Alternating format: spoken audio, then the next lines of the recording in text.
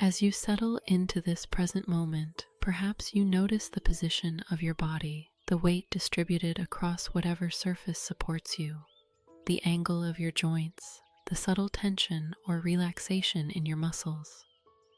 Right now, without conscious effort, your musculoskeletal system maintains your posture, allows you to adjust position, protects your vital organs, and stands ready to move at your slightest intention.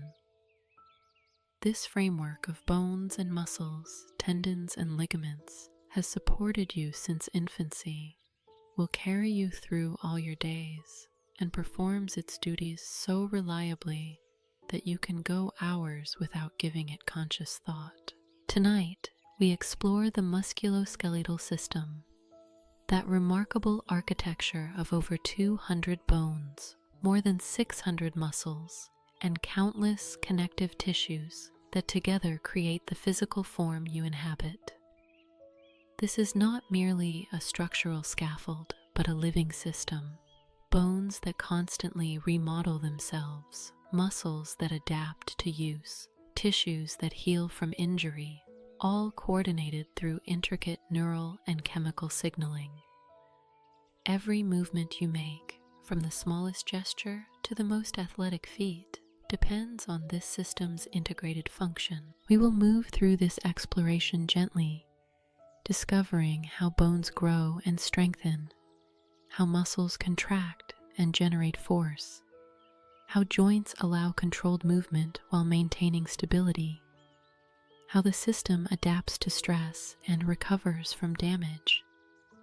This journey requires no effort from you, no memorization, no testing of knowledge. We are here simply to appreciate the quiet engineering of a system that has evolved over hundreds of millions of years to enable movement, provide structure, and protect what lies within. Think of the musculoskeletal system as a great architectural framework, like the structural elements of a building combined with an intricate system of cables and pulleys. The bones are the beams and columns, providing rigid support and defining shape. The joints are the hinges and pivots, allowing controlled movement between rigid elements. The muscles are the active cables, capable of generating tension and producing motion.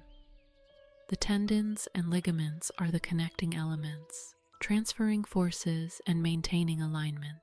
Throughout our exploration, this architectural metaphor will help us understand how structure serves function, how different components work together, how the whole exceeds the sum of its parts. You may notice, even now, the sensation of your bones supporting you against gravity. Perhaps you feel the firmness of your skeleton beneath soft tissues. Perhaps you sense the readiness of your muscles to move when you choose. These subtle sensations remind us that the musculoskeletal system is not hidden machinery, but an ever-present foundation of physical existence, always there, always working, always responding to the demands placed upon it. Let us begin gently with the foundation of the system, the skeleton itself. What is bone? This substance that combines strength with lightness, rigidity with resilience, permanence with constant renewal.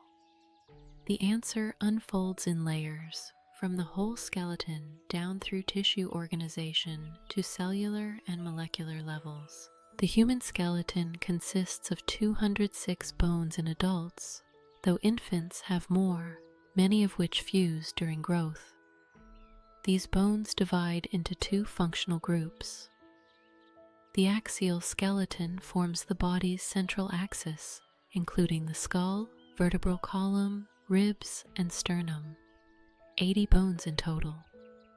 This axial framework protects vital organs, supports the head and trunk, and provides attachment points for muscles that move the head, neck, and back.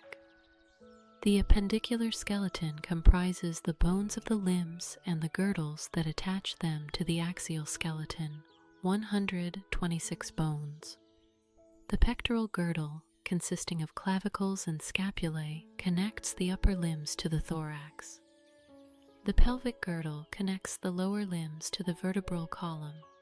The limb bones themselves, humerus, radius, ulna in the arm, femur, tibia, fibula in the leg, and the numerous bones of hands and feet create the levers that muscles pull to produce movement. Bones serve multiple functions beyond structural support. They protect soft tissues and organs. The skull encases the brain. The ribs shield the heart and lungs. The vertebrae guard the spinal cord. They provide attachment sites for muscles, creating the mechanical framework for movement. They serve as mineral reservoirs, storing calcium and phosphate that can be mobilized when needed elsewhere in the body. The bone marrow within certain bones produces blood cells throughout life, making bone essential for hematopoiesis. Bones also participate in acid-base balance and serve as repositories for certain toxins, sequestering them away from more sensitive tissues. At the tissue level, bone is a specialized connective tissue with a unique combination of properties. It is strong in compression, able to support body weight and resist crushing forces. It is reasonably strong in tension, resisting pulling forces. It is somewhat flexible, able to bend slightly rather than shattering immediately under stress. These properties arise from bone's composite structure, combining organic and inorganic components in precise proportions. The organic component, about 1/3 of bone mass, consists primarily of collagen fibers. Collagen provides tensile strength and some flexibility, preventing bone from being brittle. Without collagen, bones would shatter easily, like chalk. The inorganic component, about 2/3 of bone mass, consists of calcium phosphate crystals in the form of hydroxyapatite. These mineral crystals provide compressive strength and hardness. Without minerals, bones would bend excessively, like rubber. The combination creates a material that is both strong and somewhat flexible, optimized for skeletal function. Bone exists in two forms based on density and organization. Compact bone, also called cortical bone, appears solid and dense. It forms the outer layer of all bones and makes up most of the diaphysis, the shaft of long bones. Compact bone provides strength with minimal weight, its dense structure resisting bending and twisting forces. Spongy bone, also called trabecular or cancellous bone, has a porous, lattice-like structure resembling a sponge. It fills the interior of most bones and forms the epiphyses, the expanded ends of long bones. Despite appearing fragile, spongy bone is precisely organized, its trabeculae aligned along stress lines to provide maximum strength with minimum mass. The organization of compact bone reveals sophisticated architecture. It consists of osteons, cylindrical structures about 200 micrometers in diameter, aligned roughly parallel to the bone's long axis. Each osteon contains a central canal called the haversian canal, housing blood vessels and nerves. Around this canal, concentric layers of mineralized matrix called lamellae create rings like growth rings in a tree. Between the lamellae are small spaces called lacunae, each containing an osteocyte, a mature bone cell. The osteocytes extend slender processes through tiny channels called canaliculi that connect lacunae to each other and to the central canal, creating a network through which nutrients diffuse and signals pass. This osteon structure allows compact bone to be both strong and living. The mineralized lamellae provide strength. The central canals provide vascular supply. The osteocyte network allows the tissue to sense mechanical stress and respond by remodeling. Compact bone is not static, but constantly turning over, with old osteons being removed and new ones formed, allowing bone to adapt to changing mechanical demands. Spongy bone's trabecular arrangement follows the principle of form following function. The trabeculae are not randomly oriented, but align along the directions of mechanical stress, creating what engineers call a space frame structure that maximizes strength while minimizing material.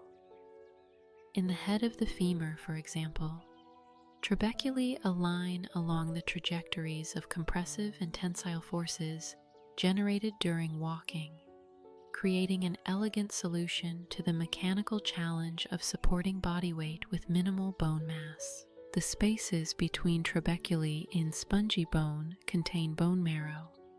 Red marrow, found in certain bones throughout life, actively produces blood cells.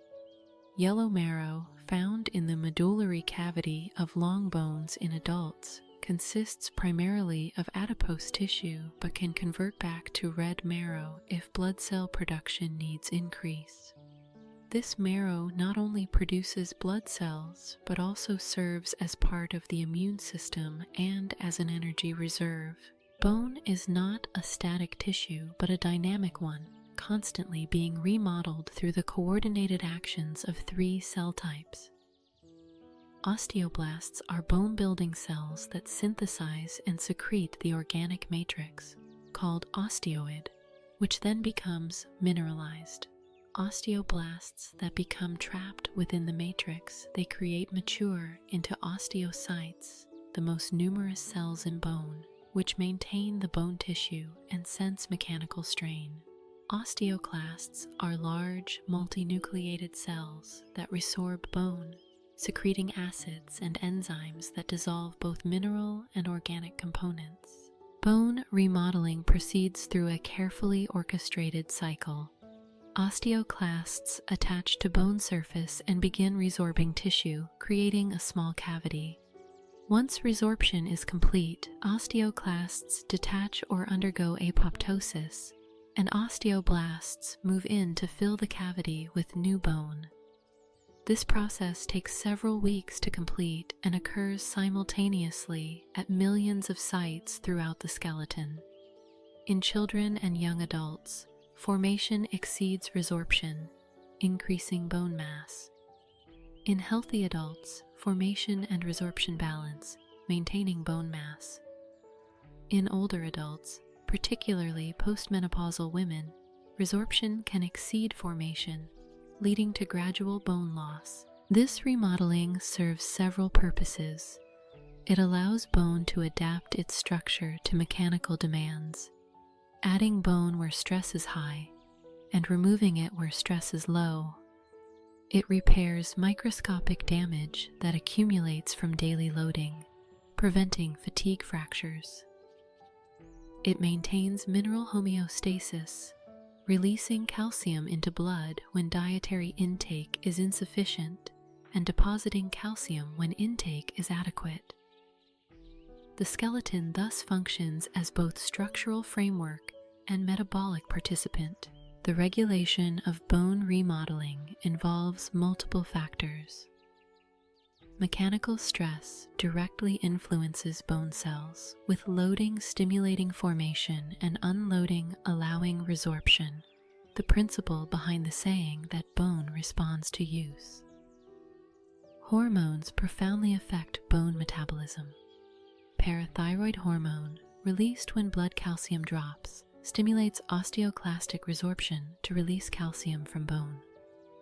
Calcitonin, released when blood calcium is high, inhibits osteoclasts and promotes calcium deposition.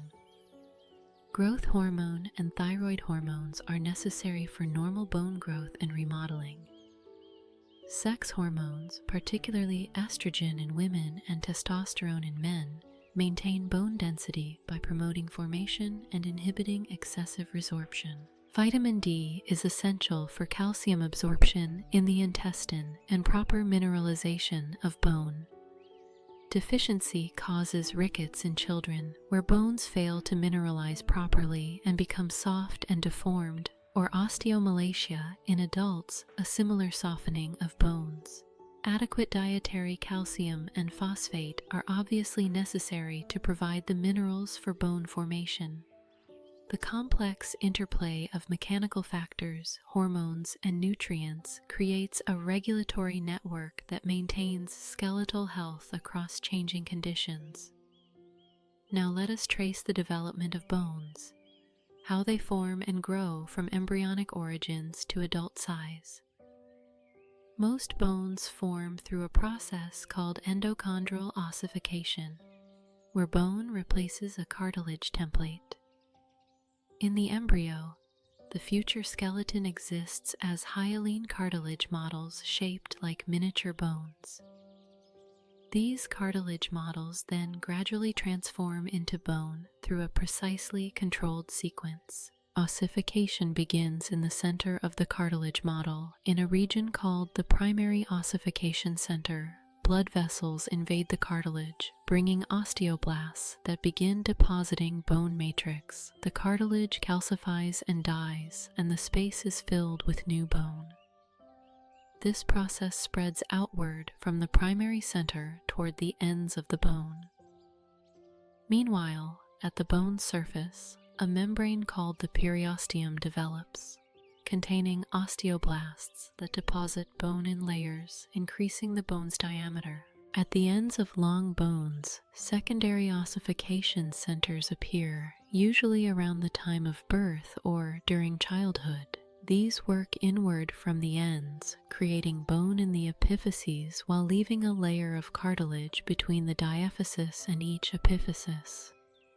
This cartilage layer, called the epiphyseal plate or growth plate, is where bones lengthen during childhood and adolescence.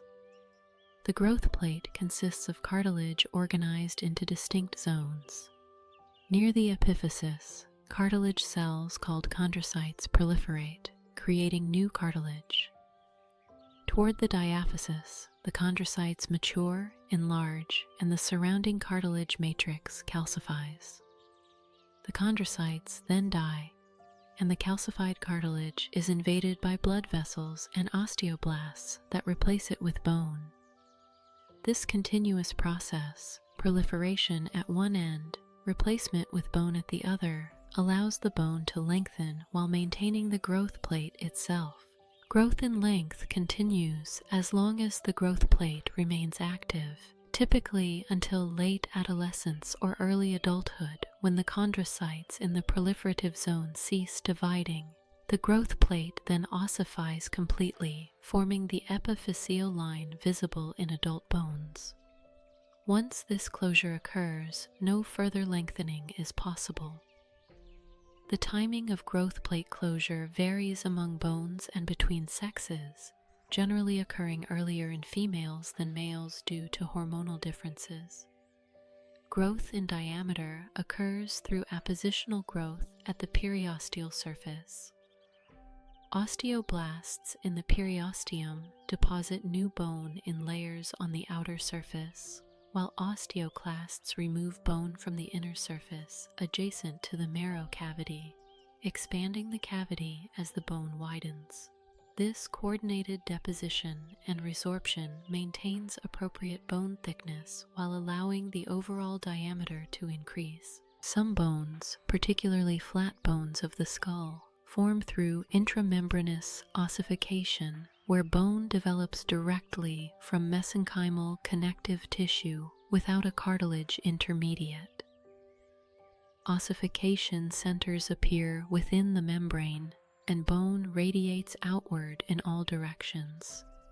Eventually, the expanding bones meet, with fibrous connective tissue remaining at the junctions. In the infant skull, these fibrous areas called fontanelles allow the skull bones to overlap slightly during birth, facilitating passage through the birth canal. The fontanelles gradually ossify during infancy and early childhood. The classification of bones by shape reflects their different functions. Long bones, like the femur, humerus, and phalanges, are longer than they are wide and serve primarily as levers for movement. Short bones, like the carpals and tarsals, are roughly cube-shaped and provide support with limited movement. Flat bones, like the skull, ribs, and sternum, are thin and often curved, providing protection and broad surfaces for muscle attachment. Irregular bones, like the vertebrae and some facial bones, have complex shapes suited to specific functions.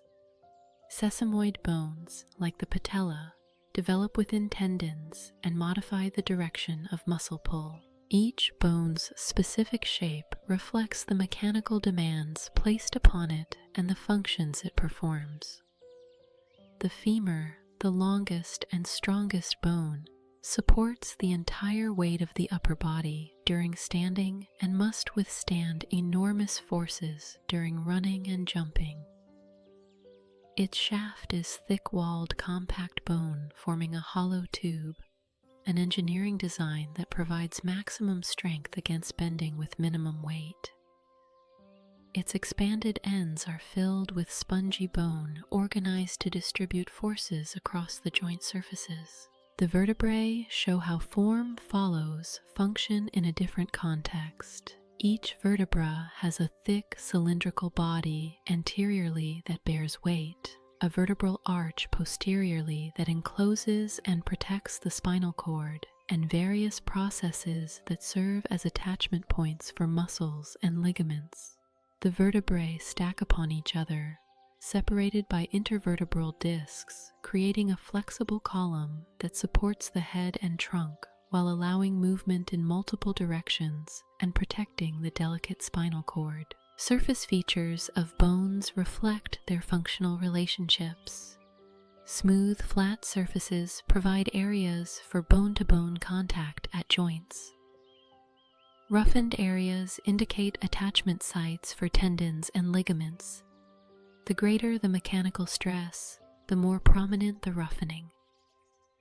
Grooves and tunnels mark where blood vessels or nerves pass. Openings called foramina allow passage of nerves and vessels through bones. Learning to read these surface features allows one to understand the mechanical and vascular relationships of bones. The skull deserves particular attention as the most complex portion of the skeleton. It consists of 22 bones, plus the 6 tiny ossicles of the middle ears. 8 bones form the cranium, encasing and protecting the brain. 14 bones form the facial skeleton, supporting the face and forming cavities for the special sense organs. Most skull bones are flat bones joined by immovable fibrous joints called sutures that create a strong protective case. The skull has numerous openings. The foramen magnum, the large opening at the skull base, allows passage of the spinal cord as it exits the brain. Smaller foramina allow exit of the 12 cranial nerves and entrance of blood vessels. The orbits house the eyes. The nasal cavity provides the airway for breathing. The paranasal sinuses, air-filled spaces in certain skull bones, liken the skull and provide resonance for voice. The complexity of skull anatomy reflects the complexity of the structures it houses and protects. The vertebral column, or spine, consists of 26 bones in adults, 7 cervical vertebrae in the neck, 12 thoracic vertebrae in the chest, 5 lumbar vertebrae in the lower back, the sacrum formed by fusion of 5 vertebrae, and the coccyx formed by fusion of 3 to 5 small vertebrae. This arrangement allows flexibility in some regions while providing stability in others. The spine shows characteristic curvatures when viewed from the side. The cervical and lumbar regions curve anteriorly, forming lordotic curves. The thoracic and sacral regions curve posteriorly, forming kyphotic curves. These curves create an S shape that positions the head over the pelvis, distributes weight along the spine, and provides shock absorption during walking and running. Excessive or diminished curvature can cause problems, but the normal curves represent optimal biomechanical design. Intervertebral discs separate adjacent vertebrae in the cervical, thoracic, and lumbar regions.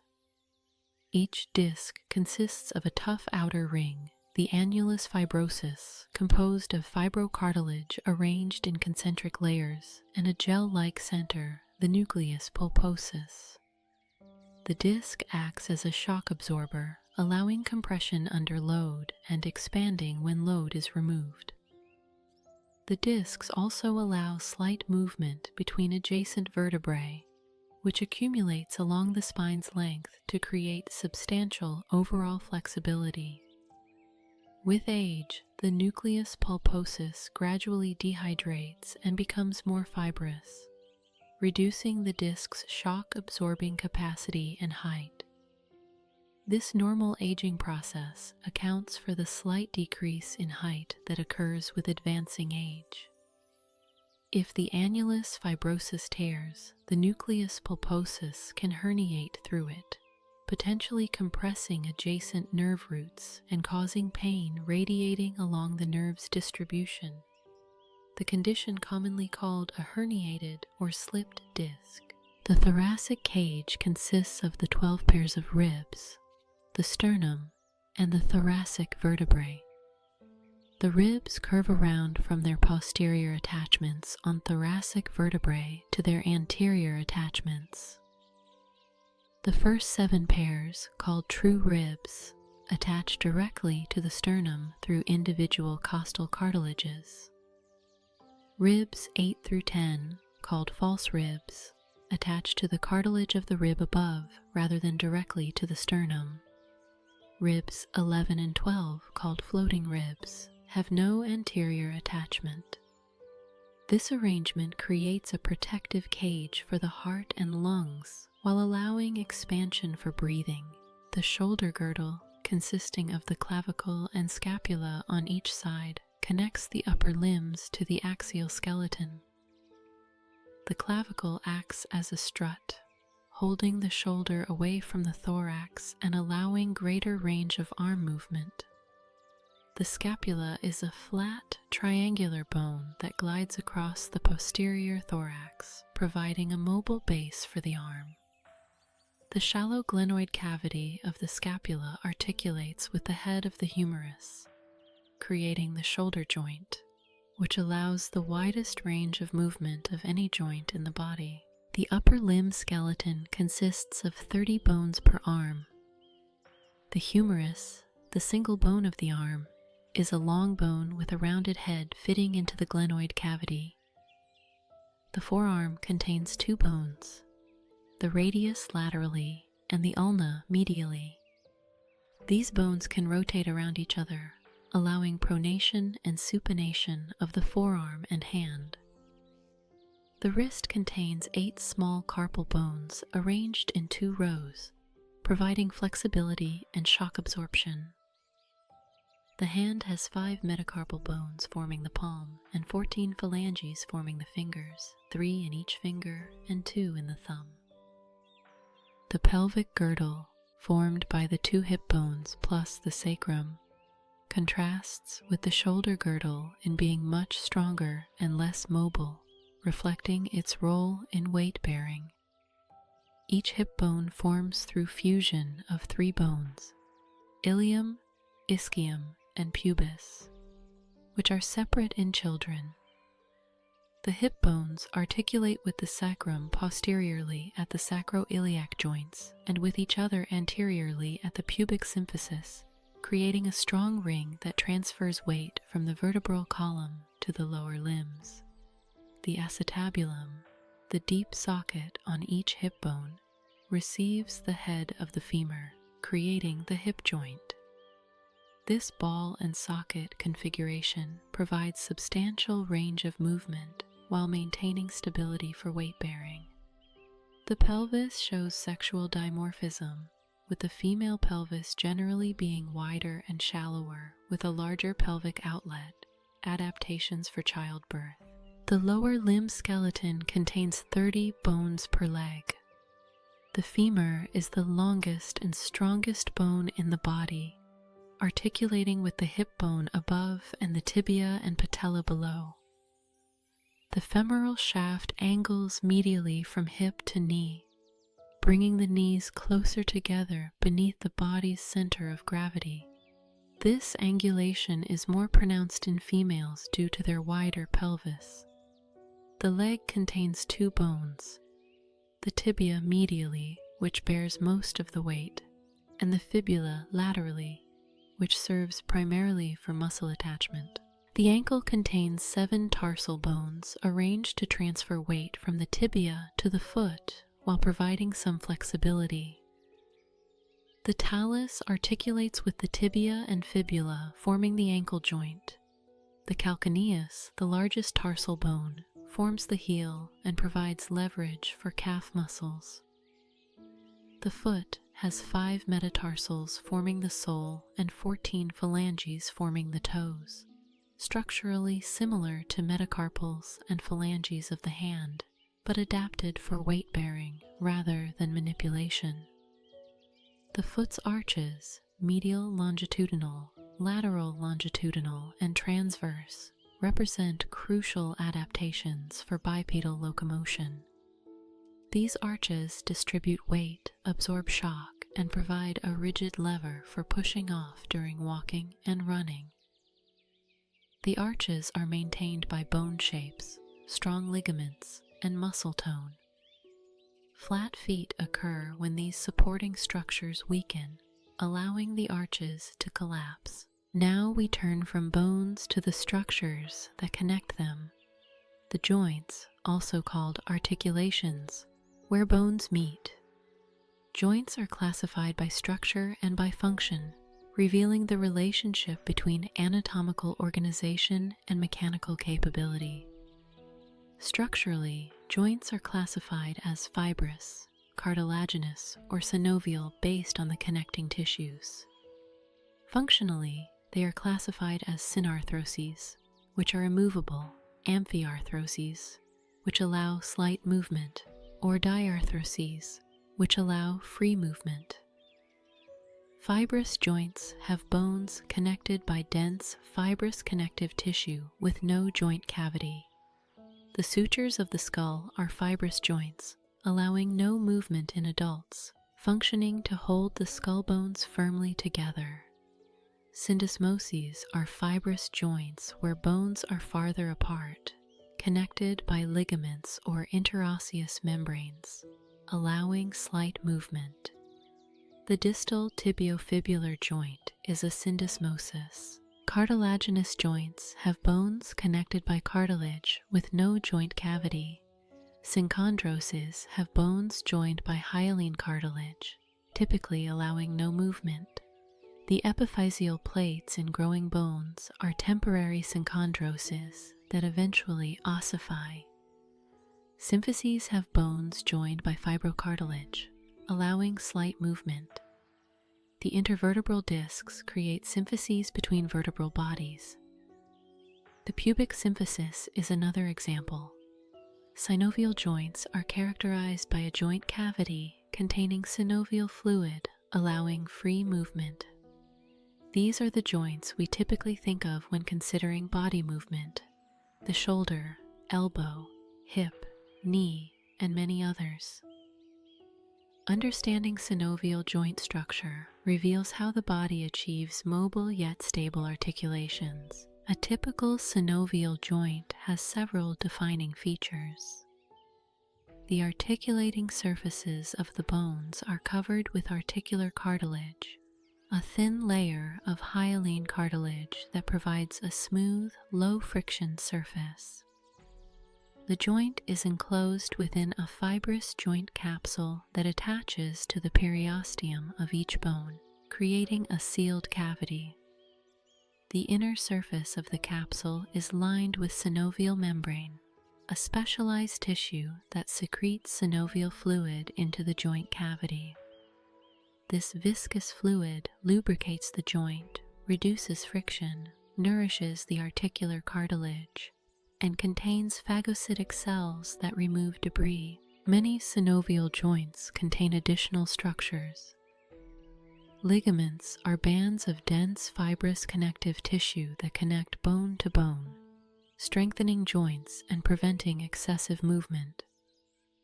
Some ligaments are thickenings of the joint capsule, while others are distinct structures. Bursae are small, fluid-filled sacs lined with synovial membrane that reduce friction between moving structures like tendons and bones. Tendon sheaths are elongated bursae that wrap around tendons, allowing them to slide smoothly through tight spaces. Some synovial joints contain articular discs or menisci, fibrocartilage pads that improve the fit between articulating bones, absorb shock, and distribute forces across the joint. The knee joint contains medial and lateral menisci between the femoral condyles and tibial plateau. These menisci are essential for knee function, and tears can cause pain and mechanical problems. Synovial joints are classified into 6 types based on their structure and the movements they allow. Plain joints have flat or slightly curved surfaces that allow sliding or gliding movements. The joints between carpal bones are plane joints. Hinge joints allow movement in one plane, like a door hinge, permitting flexion and extension. The elbow and knee are modified hinge joints. Pivot joints allow rotation around a single axis. The atlantoaxial joint between the first 2 cervical vertebrae allows rotation of the head. Condyloid joints have an oval convex surface fitting into an oval concave surface, allowing movement in 2 planes, flexion extension and abduction adduction, but not rotation.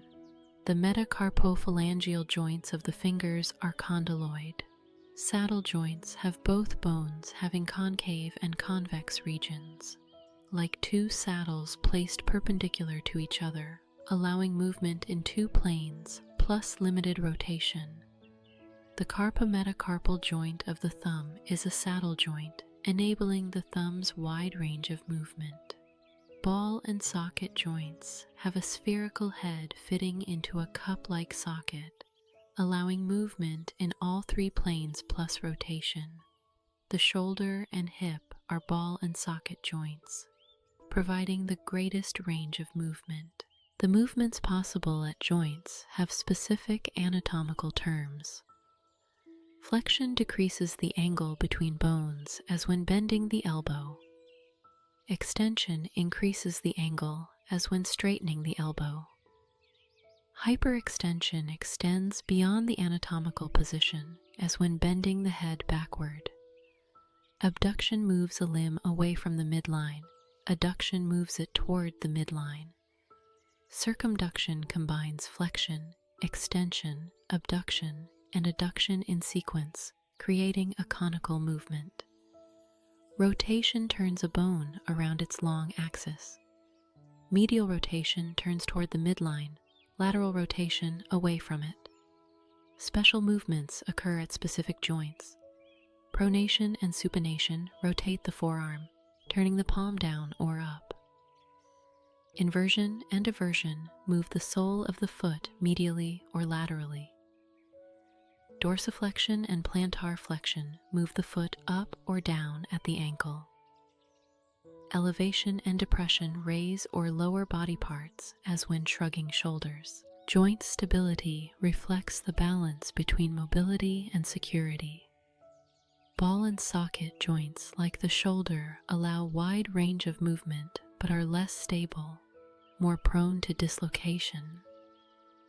The hip, also a ball and socket joint, is more stable than the shoulder due to its deeper socket and stronger ligaments, but consequently has slightly less mobility. Hinge joints are more stable, allowing movement in only one plane.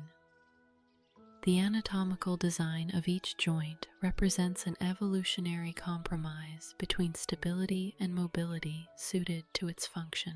As we complete this exploration of bones and joints, we recognize the skeletal framework's elegant organization, from individual bone cells coordinating to remodel tissue, to bones shaped precisely for their mechanical roles, to joints allowing controlled movement while maintaining stability.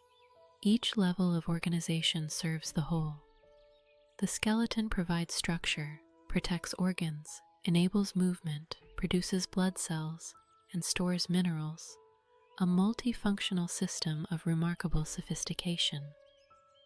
The river of force flows through this framework, from ground reaction forces rising through the legs, transferred through the pelvis and spine, distributed across the thorax, transmitted through shoulders and arms to whatever you grasp or manipulate. The skeleton channels these forces through its architecture, bone and joint aligned to bear load efficiently. This is not static support, but dynamic equilibrium, constantly adjusting as you move, as loads change, as position shifts. The skeletal system's development from embryonic cartilage to mature bone, its constant remodeling throughout life, its adaptation to mechanical stress, its healing after injury, all demonstrate that bone is living tissue, responsive and dynamic. The skeleton you have now is not the skeleton of your youth, nor the skeleton you will have in years to come. It changes continuously, renewing itself, adapting to use, maintaining its essential functions through all the stages of life.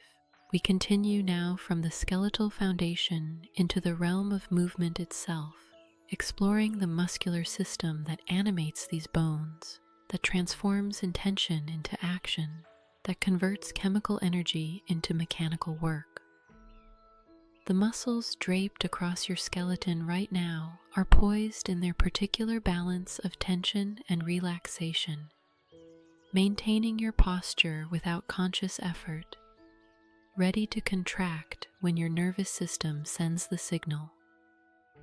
This is where structure meets function in its most dynamic form, where the body's capacity for motion becomes reality.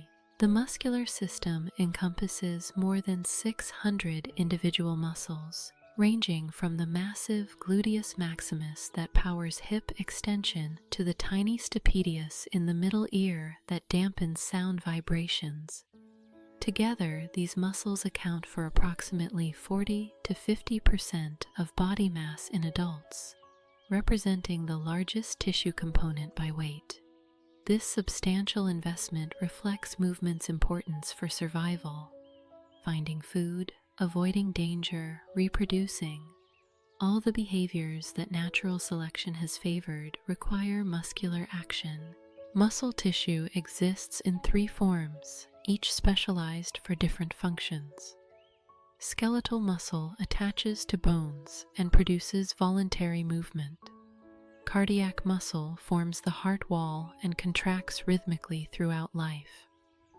Smooth muscle lines hollow organs and blood vessels, controlling their diameter and propelling contents through them. Our focus here is skeletal muscle, the tissue that moves the skeleton, maintains posture, generates heat, and allows us to interact physically with the world. Skeletal muscle tissue appears striated under microscopic examination, showing alternating light and dark bands that reflect the precise arrangement of contractile proteins. This striated appearance distinguishes skeletal and cardiac muscle from smooth muscle. Skeletal muscle is also voluntary, meaning we can consciously control its contraction, though much muscular activity occurs without awareness, maintaining posture, adjusting eye position, modulating breathing depth. At the cellular level, skeletal muscle consists of elongated cells called muscle fibers. These fibers are unusual cells, multinucleated and sometimes extending the entire length of a muscle. Each fiber forms during development through the fusion of many myoblasts, precursor cells that merge to create the mature multinucleated fiber.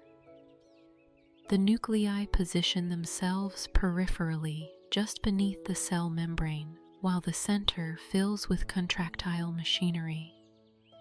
The muscle fiber's interior contains myofibrils, cylindrical structures running the length of the fiber and comprising the actual contractile apparatus.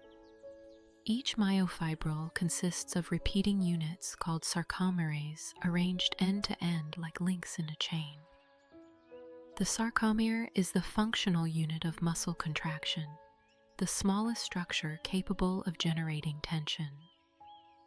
Understanding sarcomere organization reveals how muscle contraction occurs at the molecular level. Each sarcomere spans from one Z disc to the next Z disc. The Z discs are protein structures that anchor the thin filaments and define the sarcomere boundaries. Between Z discs lie two types of protein filaments arranged in a precise, overlapping pattern. Thin filaments, composed primarily of the protein actin, extend from each Z disc toward the sarcomere center. Thick filaments, composed primarily of the protein myosin, lie in the sarcomere center. The region where thick and thin filaments overlap appears dark under microscopy, forming the A-band. The region containing only thin filaments appears lighter, forming the I-band. The H-zone in the sarcomere center contains only thick filaments. This arrangement creates the striated pattern visible under microscopes. More importantly, it creates the architecture for contraction. Myosin molecules in the thick filaments have projecting heads that can bind to actin in the thin filaments and pivot, pulling the thin filaments toward the sarcomere center. When many myosin heads throughout a sarcomere perform this action simultaneously and cyclically, the thin filaments slide past the thick filaments. The Z discs draw closer together, and the sarcomere shortens. Since sarcomeres are arranged end-to-end throughout the myofibril, and myofibrils run the length of the fiber, sarcomere shortening produces fiber shortening, and fiber shortening produces muscle shortening. This sliding filament mechanism represents the fundamental process of muscle contraction. The filaments themselves do not shorten. Rather, they slide past each other, increasing their overlap. This sliding is powered by myosin heads binding to actin, pivoting to pull the actin filament, releasing, resetting their angle, and binding again to repeat the cycle. Each cycle consumes one molecule of ATP, the cell's energy currency, converting its chemical energy into the mechanical work of the power stroke. The regulation of this contraction depends on two additional proteins associated with the thin filaments. Tropomyosin is a long protein that wraps around the actin filament, blocking the myosin binding sites when muscle is relaxed. Troponin is a complex of three proteins that binds to both tropomyosin and actin. When calcium ions bind to troponin, the troponin changes shape, moving tropomyosin away from the myosin binding sites on actin, allowing the cross-bridge cycle to proceed. Thus, calcium serves as the immediate trigger for contraction. The sarcoplasmic reticulum, an elaborate network of membrane channels surrounding each myofibril, stores calcium ions in high concentration. When a muscle fiber receives a signal to contract, the sarcoplasmic reticulum releases calcium into the cytoplasm. The calcium binds to troponin, exposing binding sites, and contraction begins.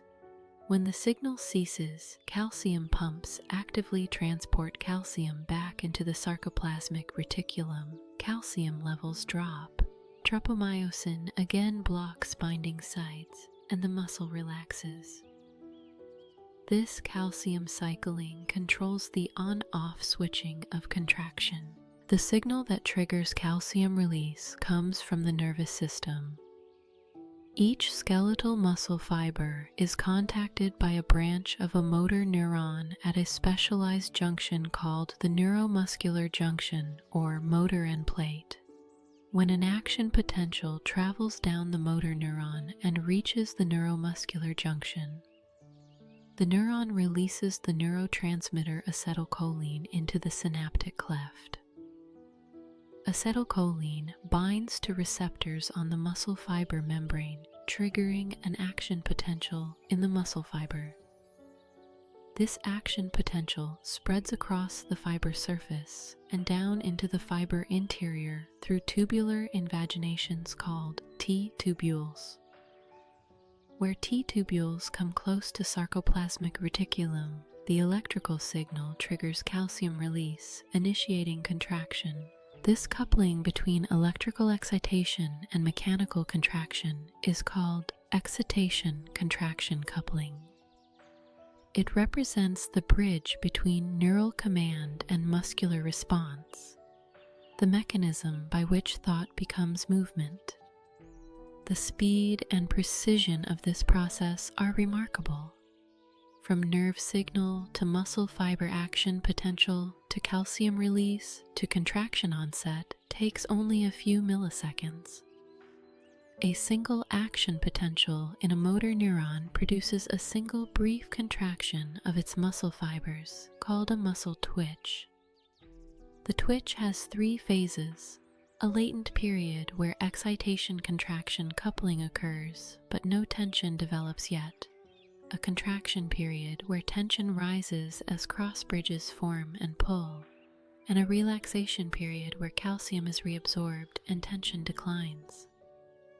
The entire twitch lasts perhaps 100 milliseconds, though the exact duration varies among different muscles and different fiber types. Normally, muscles do not contract in single twitches, but rather in sustained contractions of varying strength. This occurs through temporal summation and recruitment. Temporal summation happens when action potentials arrive at high frequency, triggering calcium release faster than it can be reabsorbed. Calcium concentration builds up, keeping binding sites exposed continuously, and the muscle fiber maintains tension rather than relaxing between stimuli. At sufficiently high stimulation frequency, the contractions fuse completely into smooth, sustained tension called tetanus. Recruitment refers to varying the number of muscle fibers contracting. A motor unit consists of one motor neuron and all the muscle fibers it innervates, typically from a few fibers to hundreds depending on the muscle. All fibers in a motor unit contract together since they share the same neuron. The nervous system controls muscle force by recruiting more or fewer motor units. Light contractions involve few motor units. Stronger contractions recruit additional units. Maximum effort activates all available motor units. The nervous system recruits motor units systematically, following the size principle. Smaller motor neurons, innervating fewer fibers and producing less force, are recruited first. Larger motor neurons, innervating more fibers and producing greater force, are recruited only when greater force is needed. This orderly recruitment creates smooth gradations of force and prevents fatigue of large motor units during light activities. Muscle fibers themselves differ in their contractile and metabolic properties, classified into types based on contraction speed and fatigue resistance. Slow twitch fibers, also called type I or slow oxidative fibers, contract relatively slowly but resist fatigue well. They contain many mitochondria, abundant capillaries, and high concentrations of myoglobin, an oxygen-binding protein that gives them a red color. These fibers generate ATP primarily through aerobic metabolism and are suited for sustained, low-intensity activities like maintaining posture. Fast twitch fibers are divided into subtypes. Type 2A, or fast oxidative glycolytic fibers, contract quickly and have moderate fatigue resistance. They can generate ATP both aerobically and anaerobically. Type 2 kayaks, or fast glycolytic fibers, contract very quickly but fatigue rapidly. They rely primarily on anaerobic glycolysis for ATP, contain fewer mitochondria, and appear whiter due to lower myoglobin content. These fibers produce powerful contractions for short periods, suited for explosive movements. Most muscles contain a mixture of fiber types in proportions that reflect the muscle's typical functions. Postural muscles, like those in the back and neck, have high proportions of slow-twitch fibers for sustained activity. Muscles producing rapid, forceful movements, like those in the arms, have more fast-twitch fibers. The proportions show some genetic determination, but can shift somewhat with training. Endurance training increases oxidative capacity of fibers, while power training may increase size and strength of fast-twitch fibers.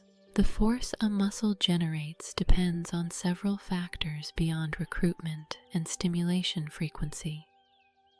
The length-tension relationship describes how force varies with muscle length. At optimal length, there is maximal overlap between thick and thin filaments, allowing maximal cross-bridge formation and maximal force.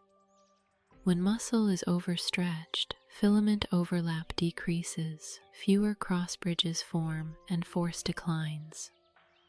When muscle is overshortened, the thin filaments begin interfering with each other, and thick filaments compress against Z-discs, again reducing force.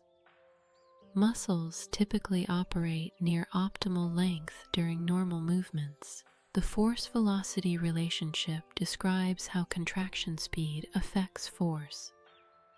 During concentric contractions where muscle shortens, force decreases as shortening velocity increases. You can lift a heavy weight slowly but cannot move it quickly. During eccentric contractions where muscle lengthens while generating tension, such as when lowering a weight, muscles can generate more force than during isometric contractions, where length remains constant. This greater force during eccentric contraction explains why you can lower more weight than you can lift. Now we examine how individual muscles are organized as organs, how they attach to bones, and how they produce movement. A skeletal muscle as an organ consists not only of muscle fibers, but also connective tissue, blood vessels, and nerves. 3 layers of connective tissue organize and support the muscle. The endomysium surrounds individual muscle fibers. The paramysium bundles fibers into fascicles. The epimysium surrounds the entire muscle. These connective tissue layers are continuous with each other and merge at the muscle's ends to form tendons or aponeuroses. Tendons are tough, rope-like structures of dense, regular connective tissue that attach muscle to bone. The collagen fibers in tendons align parallel to the direction of force, creating high tensile strength. Tendons transfer the force generated by muscle contraction to bone, producing movement. Some muscles attach via broad, flat tendons called aponeuroses rather than cord-like tendons. The connective tissue of tendon continues into the periosteum and bone, creating a secure attachment. This connective tissue framework serves multiple functions. It provides pathways for blood vessels and nerves to reach muscle fibers. It transmits the force generated by muscle fibers to tendons and bones. It provides elasticity that helps return muscle to resting length after contraction. The parallel elastic component, consisting of proteins like titin within the sarcomers, and the series elastic component, consisting of tendons and other connective tissues in series with the contractile elements, both contribute to muscles' elastic properties. Muscles work across joints to produce movement. typically with one end relatively fixed and the other end moving. The origin is the attachment site that remains relatively stationary during contraction, typically more proximal or closer to the body's midline. The insertion is the attachment that moves during contraction, typically more distal or farther from the midline. When a muscle contracts, it pulls its insertion toward its origin. However, these designations are somewhat arbitrary since muscles can work in either direction depending on what is fixed. Muscles produce movements through leverage, using bones as levers and joints as fulcrums. A lever is a rigid bar that moves around a fixed point. The muscle applies force at one point on the lever, and the lever transmits this force to move a load at another point. The relationship between the force application point, the fulcrum, and the load determines the lever's mechanical advantage and the range and speed of movement. Most muscle bone joint systems function as third-class levers, where the force is applied between the fulcrum and the load. This arrangement sacrifices mechanical advantage for range and speed of movement. The biceps brachii contracting to flex the elbow exemplifies this. The elbow is the fulcrum. The biceps attaches to the radius just below the elbow, and the hand holds the load. The muscle attachment is much closer to the fulcrum than the load is, meaning the muscle must generate much more force than the weight of the load, but the hand moves through a large arc at high speed with relatively small muscle shortening. Muscles rarely work in isolation, but rather in groups with coordinated actions. The muscle primarily responsible for a particular movement is the agonist or prime mover. Muscles that assist the agonist are synergists. Muscles that oppose the agonist's action are antagonists. During elbow flexion, the biceps brachii is the agonist. The brachialis and brachioradialis are synergists, and the triceps brachii is the antagonist. The antagonist relaxes to allow the movement, but maintains some tension to control and smooth the movement. Reciprocal inhibition describes the neural mechanism where contraction of agonists is accompanied by relaxation of antagonists. When motor neurons activating the agonist are stimulated, inhibitory interneurons simultaneously reduce activation of motor neurons controlling the antagonist. This coordination prevents muscles from working against each other and allows smooth, efficient movement. Muscles also function as stabilizers or fixators, contracting to immobilize a bone so that other muscles have a stable base from which to work. When doing a push-up, shoulder and torso muscles contract to stabilize the trunk, providing a rigid platform against which the arm muscles can push. Many muscles serve different roles in different movements. Agonist in one movement, synergist or stabilizer in another. The major muscles of the body can be organized by region and function. The muscles of facial expression, innervated by the facial nerve, attach to facial skin rather than bone, allowing them to move skin and create expressions. The orbicularis oculi closes the eye. The orbicularis oris closes the mouth. The zygomaticus major raises the corners of the mouth in smiling. The frontalis raises the eyebrows. These muscles communicate emotion and social signals, demonstrating that not all muscle function is mechanical.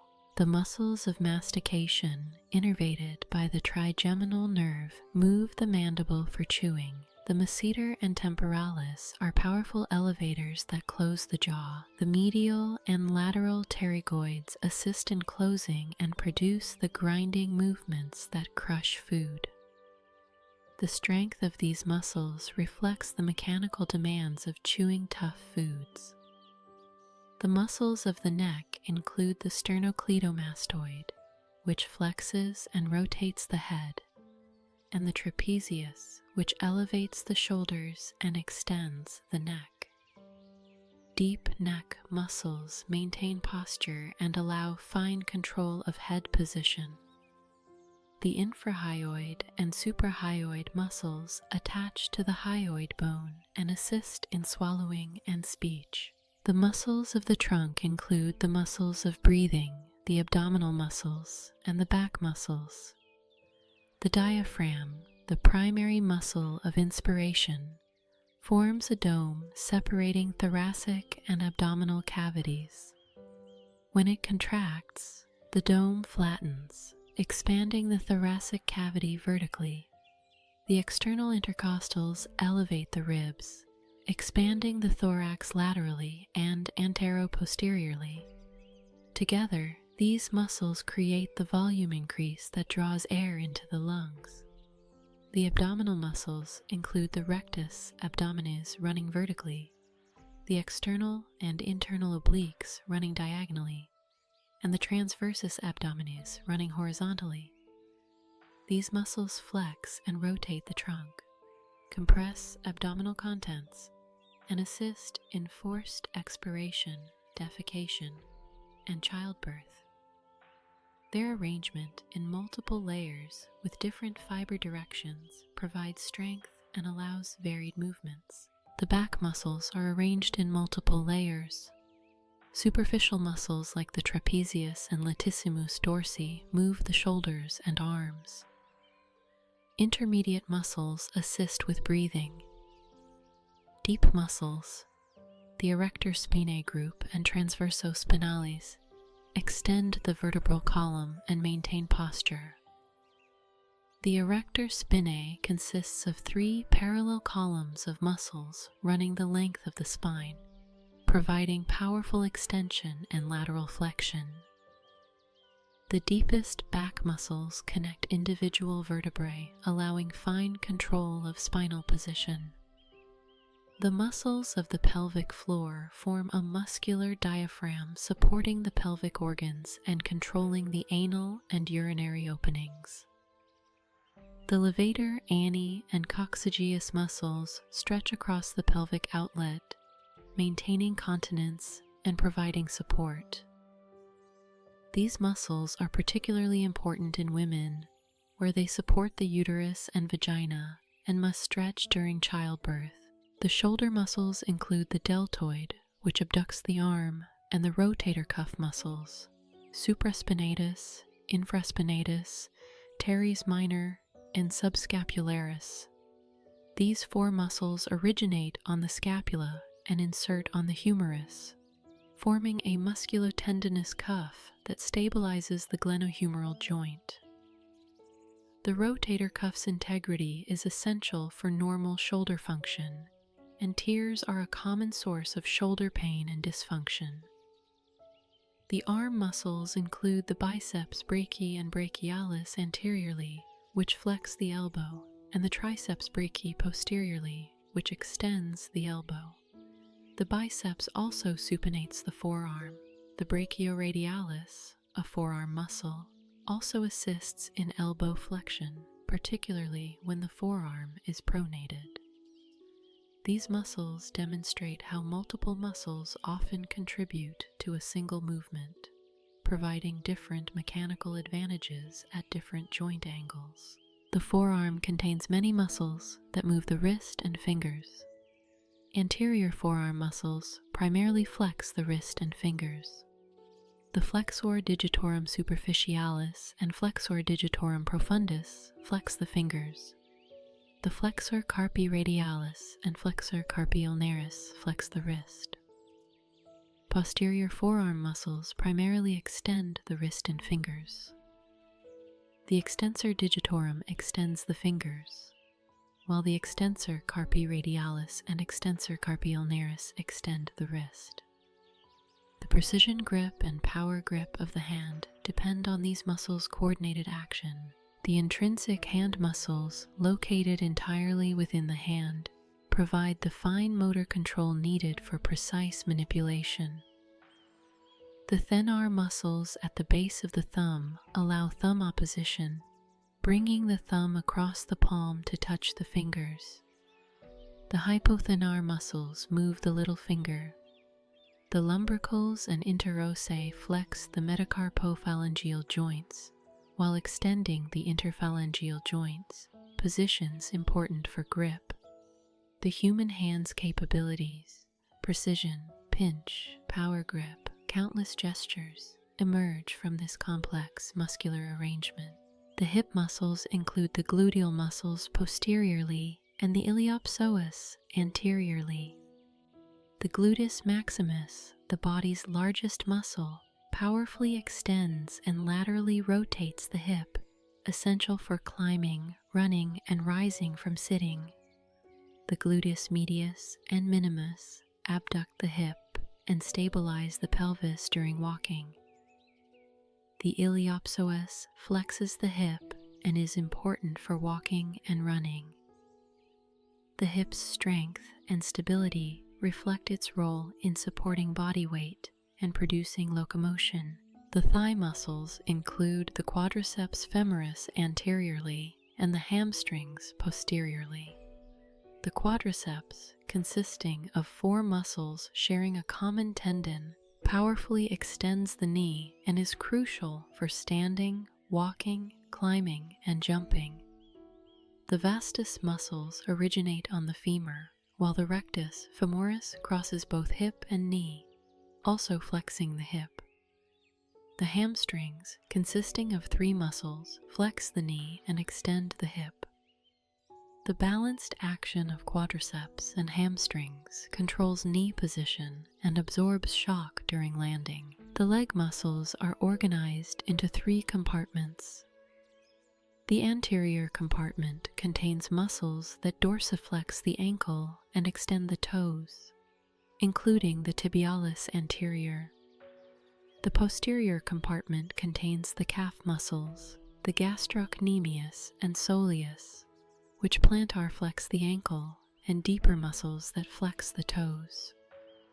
The gastrocnemius and soleus share the calcaneal tendon, or Achilles tendon, which attaches to the heel and provides leverage for standing on tiptoes and pushing off during walking. The lateral compartment contains muscles that evert the foot. The foot's intrinsic muscles, like those of the hand, provide fine control. They support the arches, stabilize the toes during walking, and allow gripping actions. While less dexterous than hand muscles, foot muscles are essential for balance and locomotion.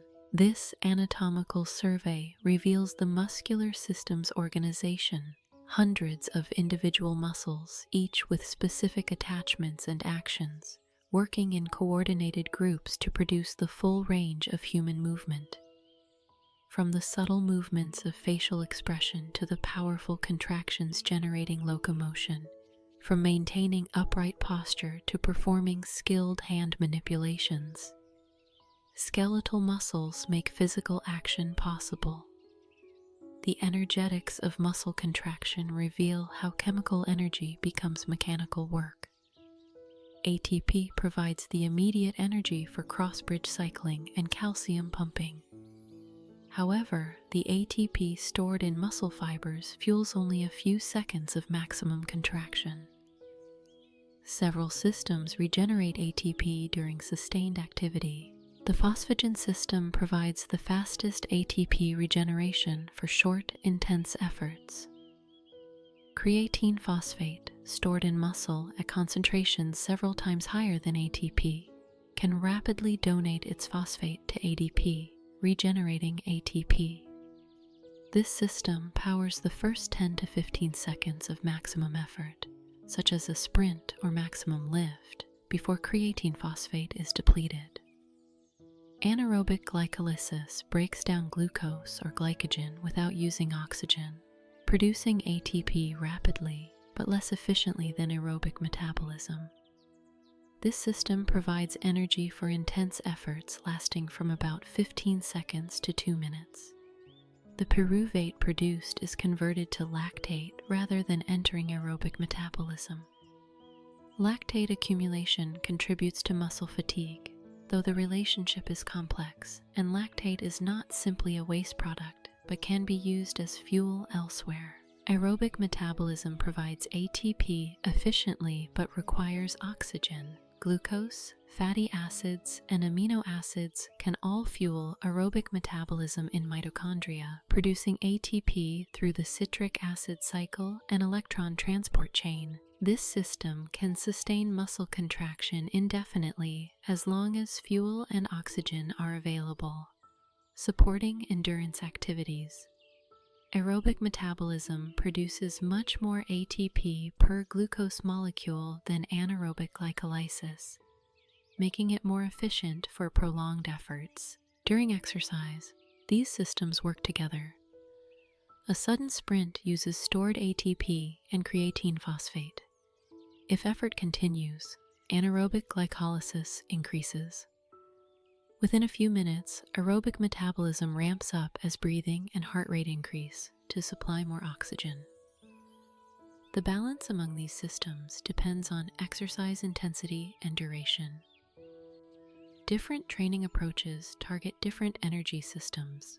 Sprint training enhances phosphagen and anaerobic systems. Endurance training enhances aerobic capacity. Muscle fatigue, the decline in force production during sustained or repeated contractions, involves multiple mechanisms depending on the type of activity. During intense, short efforts, creatine phosphate depletion and metabolite accumulation, including hydrogen ions causing decreased pH, contribute to fatigue. During submaximal sustained contractions, glycogen depletion may limit performance. Impaired calcium release from the sarcoplasmic reticulum can reduce contraction strength. Central fatigue, involving reduced neural drive from the nervous system, also contributes. Fatigue is multifactorial, and different mechanisms dominate in different situations. Recovery from exercise involves replenishing energy stores, removing metabolic byproducts, and repairing any cellular damage. Creatine phosphate is replenished within a few minutes of rest. Glycogen resynthesis takes hours to days, depending on depletion and carbohydrate intake. Lactate is cleared within an hour of stopping intense exercise. Muscle protein synthesis increases after exercise, particularly resistance exercise, leading to muscle adaptation and growth over days and weeks. The adaptations muscle undergoes with training demonstrate its plasticity. Endurance training increases mitochondrial density, enhances capillary supply, increases oxidative enzymes, and may increase the proportion of oxidative fibers. These changes improve aerobic capacity and fatigue resistance. Resistance training increases muscle fiber size, called hypertrophy, primarily through increased synthesis of contractile proteins. The muscle can generate more force because it has more cross bridges working in parallel. Muscle hypertrophy results from the muscle protein synthesis rate exceeding the breakdown rate over time. Mechanical tension during resistance exercise triggers signaling pathways that increase protein synthesis. Adequate protein intake provides the amino acids for building new proteins. Rest allows the synthesis to occur. Progressive overload, gradually increasing the resistance, provides continued stimulus for adaptation. These principles underlie effective strength training programs. Conversely, muscle atrophy, the loss of muscle mass, occurs when breakdown exceeds synthesis. Disuse atrophy results from reduced mechanical loading, as occurs with immobilization or bed rest. Muscle mass can decline rapidly without regular loading. Age-related muscle loss, called sarcopenia, involves multiple mechanisms including hormonal changes, reduced physical activity, impaired protein synthesis, and increased protein breakdown. Maintaining muscle mass with age requires continued physical activity, particularly resistance exercise and adequate nutrition. The musculoskeletal system's integration becomes apparent when we consider functional movements. Walking, seemingly simple, requires coordinated action of dozens of muscles. The gait cycle includes stance phase, when the foot contacts the ground, and swing phase, when the foot is off the ground. During stance, hip extensors and knee extensors control lowering of body weight onto the leg. Ankle plantar flexors push off as stance phase ends. During swing, hip flexors and knee flexors advance the leg, while ankle dorsiflexors lift the foot to clear the ground. The opposite limb performs the corresponding phase shifted in time, creating the alternating pattern of walking. Running modifies this pattern, adding a flight phase when both feet are off the ground. Forces increase dramatically. The impact force can reach 2 to 3 times body weight. Muscle contractions become more forceful and rapid. Energy storage and release in tendons, particularly the Achilles tendon, becomes significant, improving efficiency. The ability to run long distances is a distinctive human capability, possibly related to persistence hunting in human evolutionary history. Throwing, another complex movement, involves a kinetic chain where forces generated in the legs are transferred through the trunk to the shoulder and arm, eventually releasing through the hand. The large muscles of the legs and trunk generate substantial force. This force is transferred and amplified through sequential activation of muscles up the chain. Timing is critical. Each segment must accelerate at the right moment to maximize the velocity of the final segment. Elite throwers excel at this sequential coordination. These functional movements demonstrate principles of motor control. The nervous system does not control individual muscles independently, but rather coordinates synergies. Groups of muscles activated together as functional units. These synergies simplify motor control by reducing the number of independent variables the nervous system manages. Walking involves activation of particular muscle synergies in sequence rather than independent control of each muscle.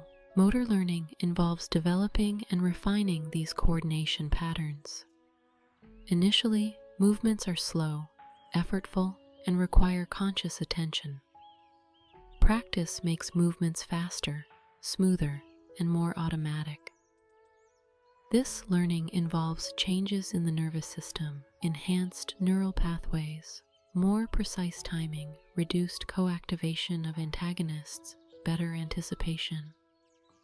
The cerebellum and basal ganglia play crucial roles in motor learning and coordination. As we conclude this exploration of muscle structure and function, we recognize the muscular system's sophistication. From molecular motors converting ATP to motion, to whole muscles producing force and movement, to coordinated muscle groups performing complex tasks, each level enables the next. The muscular system gives the skeleton agency, transforms neural commands into physical action, and allows us to navigate and manipulate the physical world. As we move deeper into the musculoskeletal system's territories, we find ourselves exploring not isolated components but an integrated whole, where bones provide leverage, muscles generate force, connective tissues transfer and modulate that force, and neural control coordinates everything into purposeful movement. The system we have examined piece by piece now reveals itself as a unified architecture, each element influencing and depending on the others, creating capabilities that emerge only from their interaction. Consider the connective tissues that bind the musculoskeletal system together. tendons connecting muscle to bone, ligaments connecting bone to bone, fascia enveloping muscles and creating pathways for force transmission, cartilage cushioning joints and enabling smooth movement. These tissues, often overlooked in favor of the more dramatic bones and muscles, are essential for translating muscular force into skeletal motion while maintaining structural integrity. Tendons exemplify the principle of form-following function at the tissue level. Composed primarily of densely packed collagen fibers aligned parallel to the direction of force, tendons achieve remarkable tensile strength.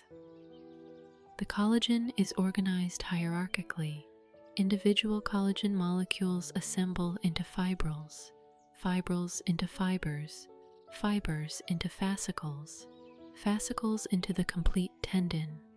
This hierarchical organization distributes stress across multiple structural levels, preventing failure at any single level. Tendons are not simply passive cables, but metabolically active tissues that respond to mechanical loading. Regular loading stimulates collagen synthesis and cross-linking, strengthening the tendon. Unloading leads to decreased synthesis and weakening. This mechanosensitivity allows tendons to adapt to the forces they regularly experience, becoming stronger with training and weaker with disuse. The fibroblasts within tendons sense mechanical strain and modulate their synthetic activity accordingly. The mechanical properties of tendons include not only high tensile strength but also elasticity. When stretched under load, tendons store elastic energy that can be released when load decreases. This energy storage and return improves movement efficiency, particularly during activities involving stretch-shortening cycles like running and jumping. The Achilles tendon during running stores substantial energy during the landing phase and releases it during push-off, reducing the metabolic cost of locomotion. However, tendons have limits. Excessive force or repetitive loading can cause injury. Acute tendon rupture typically occurs during sudden, forceful contractions, particularly in tendons already weakened by degeneration or prior injury. The Achilles tendon and rotator cuff tendons are particularly vulnerable. Tendinopathy, chronic tendon pathology involving degeneration and pain, results from repetitive microtrauma exceeding the tendon's repair capacity. The healing process in tendons is slow due to their relatively poor blood supply, and chronic tendinopathy can be difficult to resolve. Ligaments share many structural features with tendons, but connect bone to bone rather than muscle to bone, functioning primarily to stabilize joints while allowing appropriate motion. Like tendons, ligaments are composed mainly of collagen, though the fiber alignment may be less uniform to resist forces from multiple directions. Ligaments also respond to mechanical loading, strengthening with regular stress and weakening with disuse. Joint stability depends critically on ligament integrity. The anterior cruciate ligament in the knee prevents excessive anterior translation of the tibia relative to the femur and controls rotation. ACL rupture, common in sports involving cutting and pivoting, results in knee instability that impairs function and increases risk of additional injury. The collateral ligaments of the knee resist valgus and varus forces. The shoulder, with its wide range of motion, relies heavily on ligaments and the rotator cuff for stability. When ligaments are injured, the healing process follows a predictable sequence. The inflammatory phase, lasting several days, involves hemorrhage, clot formation, and infiltration of inflammatory cells. The proliferative phase, lasting several weeks, involves fibroblast infiltration and new collagen deposition. The remodeling phase, lasting months to years, involves gradual reorganization and strengthening of the repair tissue. However, healed ligaments rarely regain their original strength and mechanical properties, potentially leaving some permanent laxity. Fascia, the connective tissue that envelops muscles, groups of muscles, and whole body regions, has gained increasing recognition for its functional importance. Superficial fascia lies beneath the skin, varying in thickness and containing varying amounts of fat. Deep fascia surrounds muscles, separating them into compartments and creating pathways for nerves and vessels. The fascial network creates continuity throughout the body, transmitting forces between adjacent and distant structures. This fascial continuity suggests that muscles do not work entirely independently, but as part of interconnected chains. Forces generated in one muscle can be transmitted through fascial connections to affect distant regions. The thoracolumbar fascia, for example, connects muscles of the back, abdomen, and lower limb, potentially allowing force transfer between these regions. This concept challenges the traditional view of muscles as independent units and suggests a more integrated model of force generation and transmission. Fascia also contains mechanoreceptors and nerve endings, contributing to proprioception and possibly pain sensation.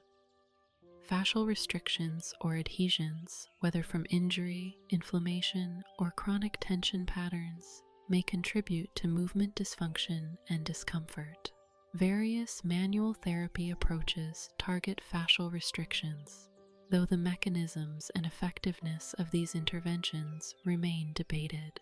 Cartilage, the smooth, resilient tissue covering bone surfaces at synovial joints and forming structures like intervertebral discs and menisci, combines properties that seem contradictory. It is strong yet compressible, smooth yet durable, and functions with minimal friction, yet lacks blood vessels and nerves. Articular cartilage specifically is hyaline cartilage modified for load-bearing and low friction. The structure of articular cartilage reflects these functional demands. The tissue consists of chondrocytes embedded in an extensive extracellular matrix they produce and maintain. The matrix contains collagen fibers, primarily type 2 collagen, arranged in a complex three-dimensional network. Interwoven with the collagen are proteoglycans, large molecules consisting of protein cores with attached glycosaminoglycan chains. These proteoglycans attract and bind water molecules, creating a gel-like substance that resists compression. When load is applied to cartilage, water is squeezed out of the matrix and the tissue compresses. When load is removed, water is drawn back in and the tissue rebounds. This load deformation recovery cycle occurs countless times daily, allowing cartilage to distribute forces across joint surfaces and protect underlying bone. The collagen network prevents the cartilage from expanding laterally and maintains its shape. Articular cartilage is avascular. It has no blood vessels, receiving nutrients primarily through diffusion from synovial fluid. This lack of vascularity contributes to its smooth surface and low friction, but also limits its healing capacity. Small cartilage injuries may never heal, while larger injuries tend to heal with fibrocartilage, a mechanically inferior repair tissue. This poor healing capacity makes cartilage particularly vulnerable to progressive degeneration. Osteoarthritis, the most common joint disorder, involves progressive cartilage degeneration, changes in underlying bone, and inflammation of synovial membrane. The cartilage becomes roughened and fibrillated, losing its smooth surface. Continued loading causes deeper fissures, eventually wearing through to bone. The underlying bone thickens and forms spurs called osteophytes. The joint becomes painful, stiff, and functionally limited.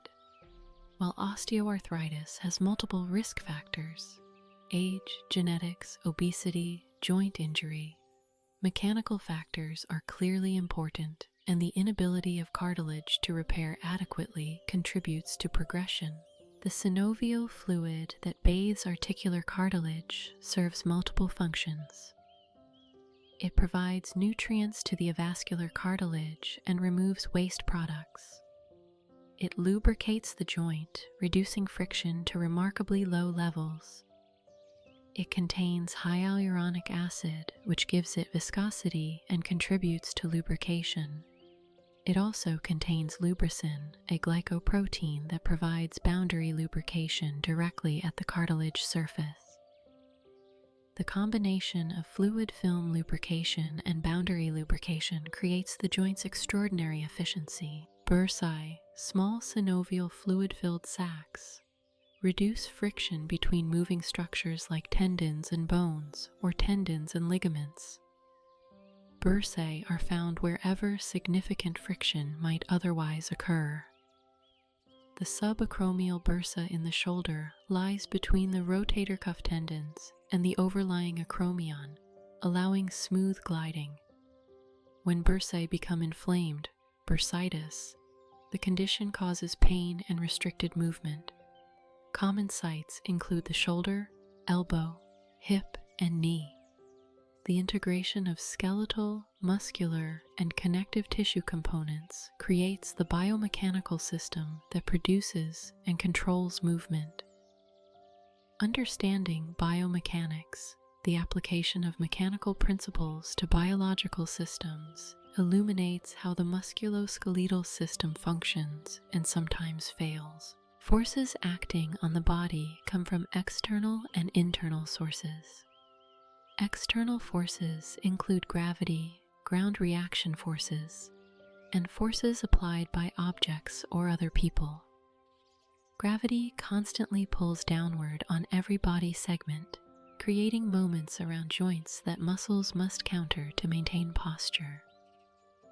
Ground reaction forces act on the feet during standing and walking, equal in magnitude but opposite in direction to the forces the feet apply to the ground. When you stand still, the ground reaction force equals your body weight, directed upward through your feet. Internal forces include muscle forces, bone-on-bone forces at joints, and forces in ligaments and tendons. Muscles generate active force through contraction. This force is transmitted through tendons to bones, creating moments around joints. The moments either produce movement or, if balanced by opposing moments, maintain position. The forces in muscles can be very large. The quadriceps force during running can exceed several times body weight. Joint reaction forces result from the combination of muscle forces, external forces, and the geometry of the joint. These forces can substantially exceed body weight even during ordinary activities. Hip joint forces during walking reach about 3 times body weight at certain points in the gait cycle. During running or jumping, joint forces increase further. The musculoskeletal system must withstand these repeated high loads without injury. Lever systems, as mentioned earlier, determine how muscle force translates to movement. Most musculoskeletal levers sacrifice mechanical advantage for range and speed of motion. The muscle attaches close to the joint, requiring substantial muscle force to move moderate loads, but allowing the distal end of the limb to move quickly through a large arc. The biceps must generate perhaps 10 times more force than the weight of an object held in the hand. But the hand moves much faster and farther than the biceps insertion point. This mechanical arrangement has implications for injury. The high forces muscles generate and transmit through tendons explain why tendon injuries occur. The large joint reaction forces explain why cartilage and bone can be damaged by excessive or repetitive loading. Understanding these forces helps in designing interventions to reduce injury risk or modify loading patterns to promote healing. Stress and strain describe how materials respond to forces. Stress is force per unit area, quantifying the internal forces within a material. Strain is the deformation relative to original dimensions, quantifying how much the material changes shape. The stress-strain relationship characterizes a material's mechanical properties. Bone, for example, is stiff. It requires high stress to produce small strain. Tendon is more compliant. Moderate stress produces larger strain. Materials typically show a linear stress-strain relationship up to a point called the yield point.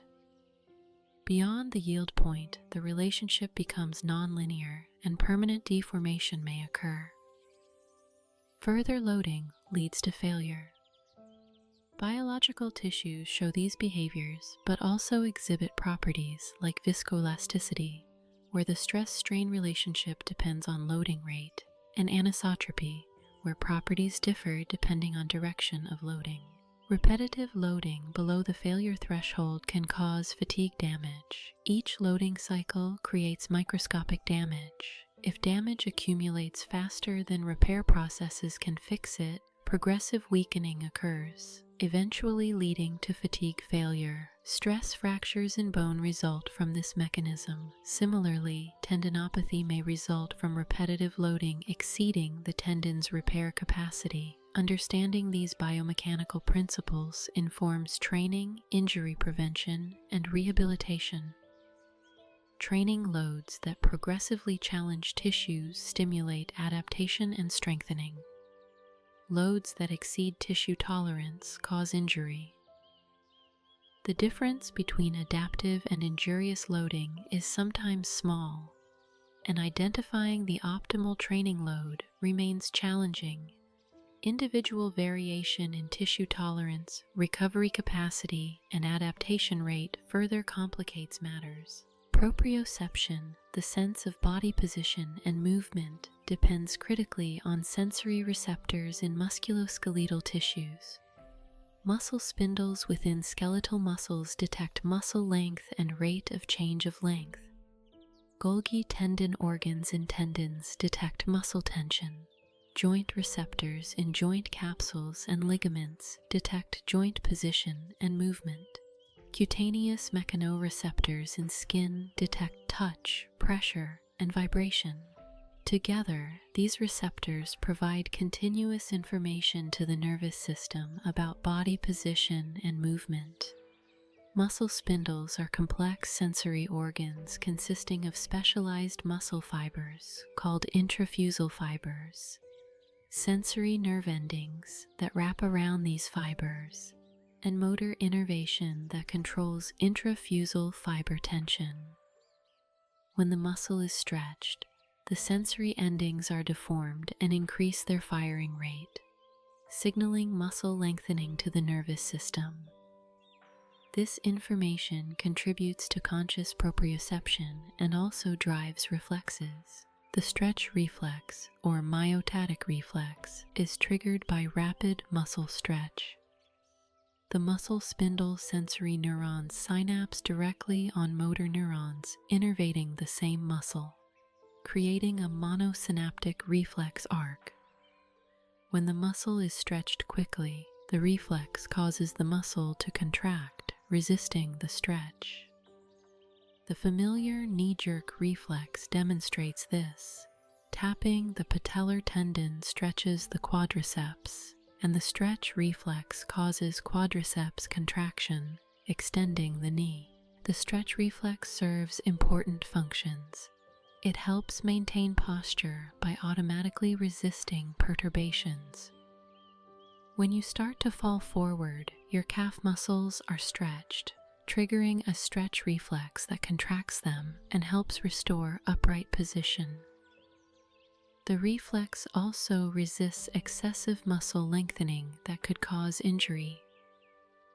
The sensitivity of the stretch reflex can be modulated by the nervous system, increasing in situations requiring stiffness and decreasing when flexibility is advantageous. Golgi tendon organs, located at the muscle-tendon junction, detect muscle tension.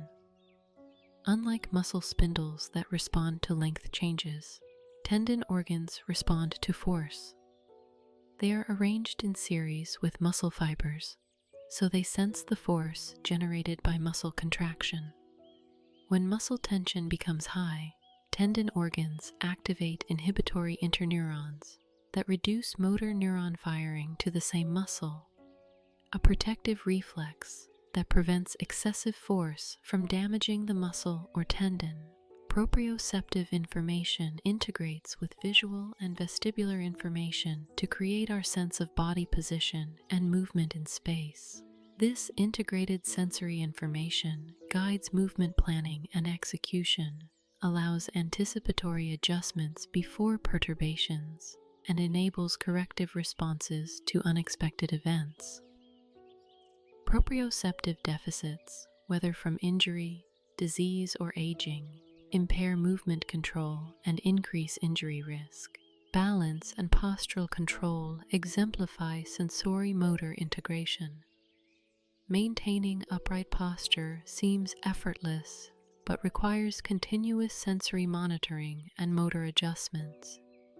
The body is inherently unstable in upright stance, with the center of mass positioned high above the small base of support provided by the feet. Constant small muscular contractions make minute adjustments to keep the center of mass over the base of support. The nervous system uses multiple strategies for postural control. The ankle strategy involves rotation around the ankle joints, used for small perturbations on firm surfaces. The hip strategy involves flexion or extension at the hips, used for larger perturbations or when standing on narrow surfaces. The stepping strategy involves taking a step to enlarge the base of support, used when perturbations exceed the capacity of ankle and hip strategies. The appropriate strategy is selected based on the nature and magnitude of the perturbation and the environmental context. Aging affects postural control through multiple mechanisms.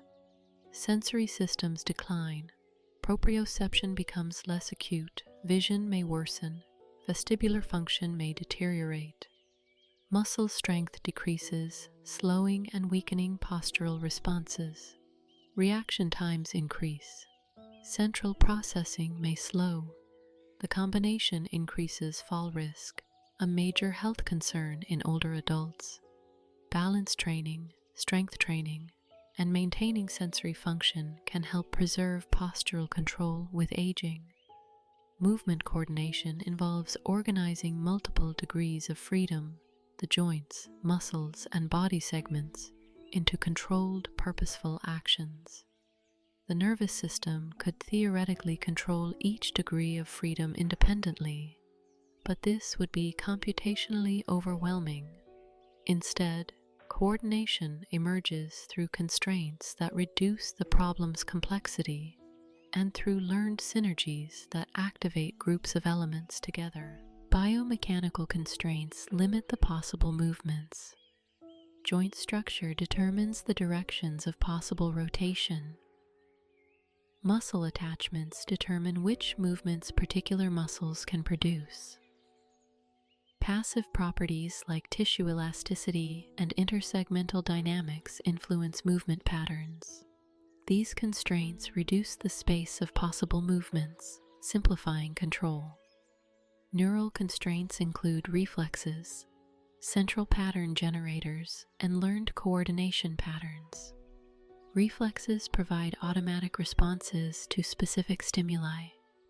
Central pattern generators are neural circuits that produce rhythmic movements like walking without requiring continuous descending commands.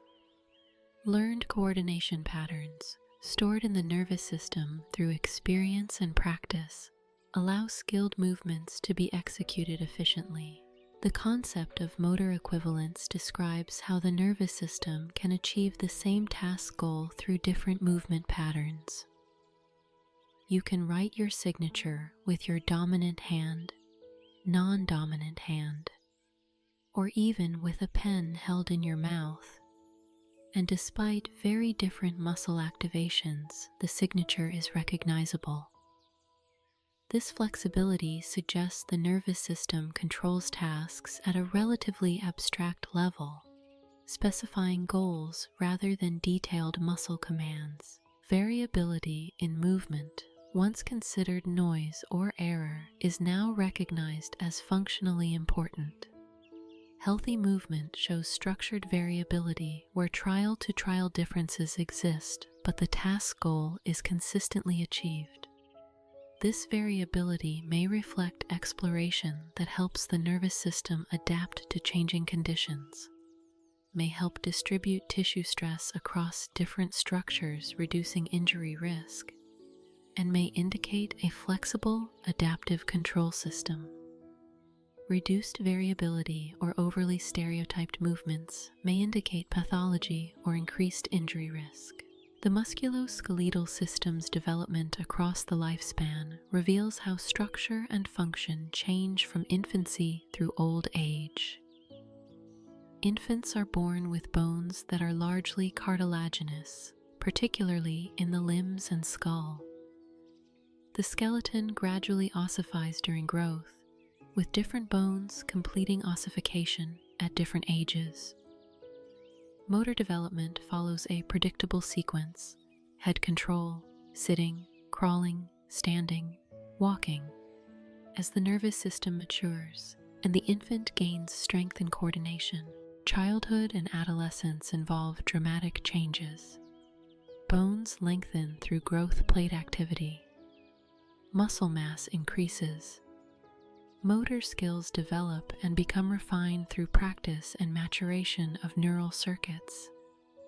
Sex differences emerge during puberty, with males typically developing greater muscle mass and bone density, and females generally completing growth earlier. The timing of growth and maturation varies substantially among individuals, influencing athletic performance and injury risk during these years. Peak bone mass is typically achieved in the third decade of life. The skeleton continues remodeling, but formation and resorption are balanced, maintaining bone mass. Muscle mass and strength peak in the 20s or 30s depending on training status. Physical capabilities are generally maximal during young adulthood for most activities, though experience and skill development can compensate for modest declines in physiological capacities. Beyond the fourth decade, gradual changes begin. Bone resorption gradually exceeds formation, leading to slow bone loss. Muscle mass decreases, a process called sarcopenia, averaging perhaps 1% per year but highly variable among individuals. Cartilage shows degenerative changes. Tendons and ligaments may become less compliant. Sensory systems show subtle declines. These changes are not inevitable consequences of aging, but result from the interaction of intrinsic aging processes, accumulated damage, and importantly, physical activity levels. Physical activity strongly influences musculoskeletal aging. Regular loading maintains bone density, muscle mass, cartilage health, and functional capacity. Sedentary individuals show accelerated declines. Resistance training can increase muscle mass and strength even in very old adults. Weight-bearing activity maintains bone density. Flexibility and balance exercises preserve range of motion and reduce fall risk. The adage, "use it or lose it," applies strongly to the musculoskeletal system. Menopause in women accelerates bone loss due to declining estrogen levels, which normally inhibit osteoclastic bone resorption. The years immediately following menopause show rapid bone loss, increasing osteoporosis risk. Hormone replacement therapy, adequate calcium and vitamin D intake, and weight-bearing exercise help preserve bone density. Men also experience age-related bone loss, but more gradually due to maintained testosterone levels. Osteoporosis, characterized by low bone mass and deteriorated bone microarchitecture, increases fracture risk. Fractures of the hip, vertebrae, and wrist are common osteoporotic fractures. Hip fractures particularly are associated with significant morbidity and mortality in older adults. Prevention through maximizing peak bone mass in youth, maintaining bone density through adulthood, and preventing falls in older age represents a major public health priority. Sarcopenia, age-related muscle loss, contributes to functional decline, frailty, and loss of independence in older adults. The causes are multifactorial: hormonal changes, reduced physical activity, altered protein metabolism, denervation of muscle fibers, and increased inflammatory signaling all contribute. Resistance exercise and adequate protein intake are the primary interventions to prevent or slow sarcopenia. Maintaining muscle mass and strength is crucial for preserving independence and quality of life in aging.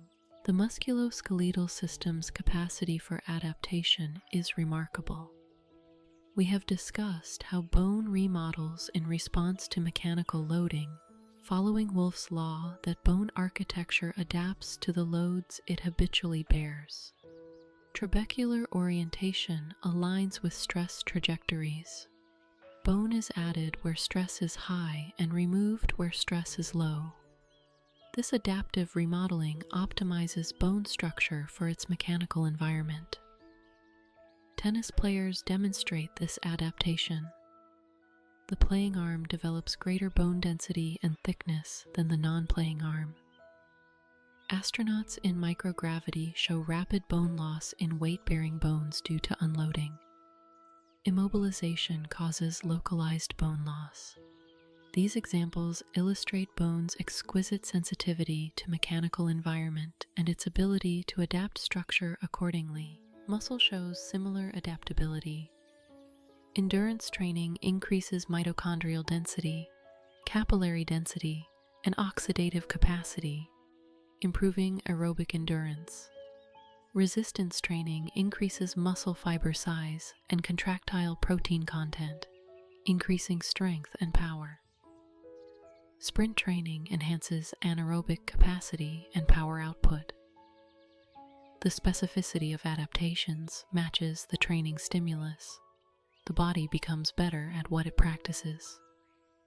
This trainability allows remarkable achievements.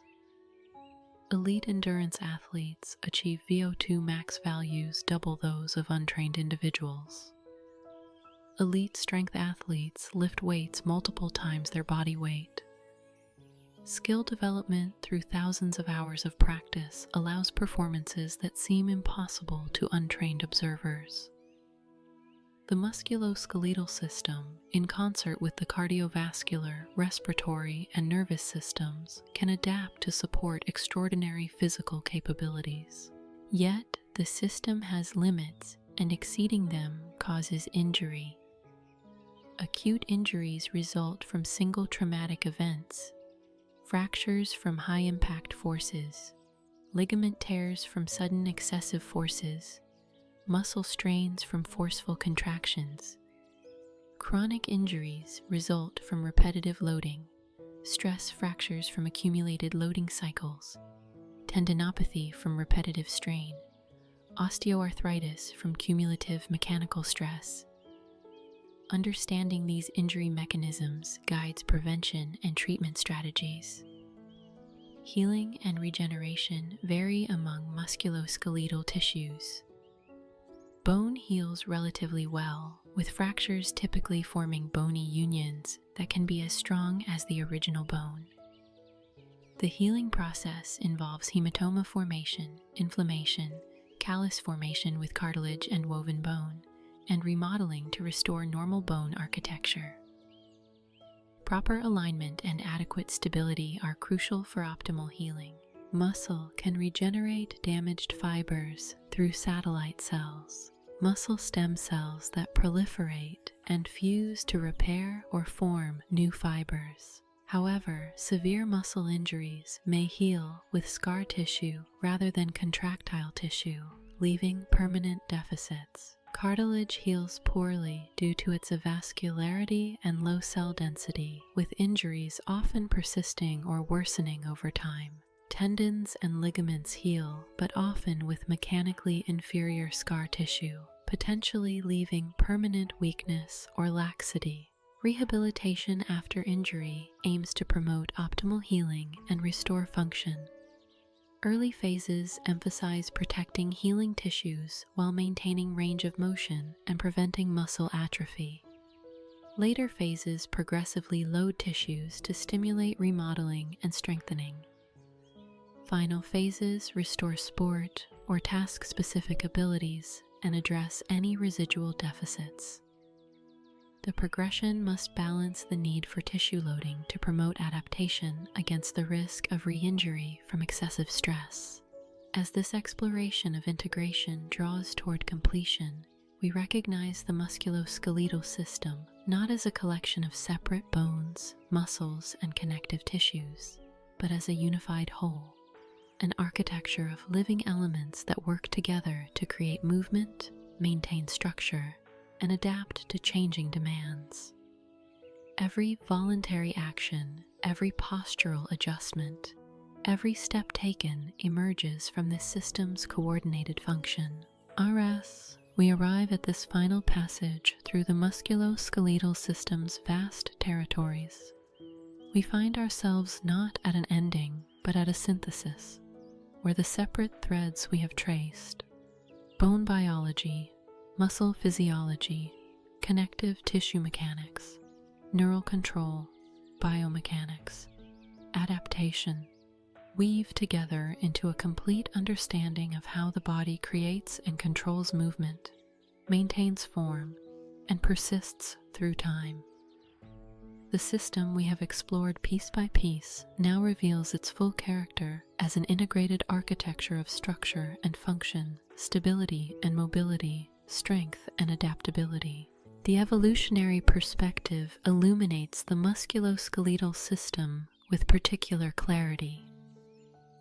The transition from water to land, occurring hundreds of millions of years ago in our vertebrate ancestors, required fundamental changes in skeletal and muscular organization. Aquatic animals, supported by water's buoyancy, could grow large with relatively light skeletons. Terrestrial animals needed stronger skeletons to support body weight against gravity and different muscular arrangements to produce locomotion without water's resistance. The vertebrate body plan, with its internal skeleton and paired appendages, proved remarkably adaptable. Fish fins became tetrapod limbs through modifications of bone number, shape, and articulation. The basic pattern of one proximal bone, two middle bones, and multiple distal bones appears in limbs from amphibians to mammals, including humans. This conserved pattern demonstrates how evolution works through modification of existing structures rather than creation of entirely new ones. The human musculoskeletal system shows specific adaptations for bipedal locomotion, a defining feature of our lineage. The spine developed curves that position the head over the pelvis, creating an efficient upright posture. The pelvis widened and became bowl-shaped to support abdominal organs in upright position and to allow bipedal walking. The femur angles medially from hip to knee, bringing the knees under the body's center of gravity. The foot developed longitudinal and transverse arches that provide spring and leverage for walking and running.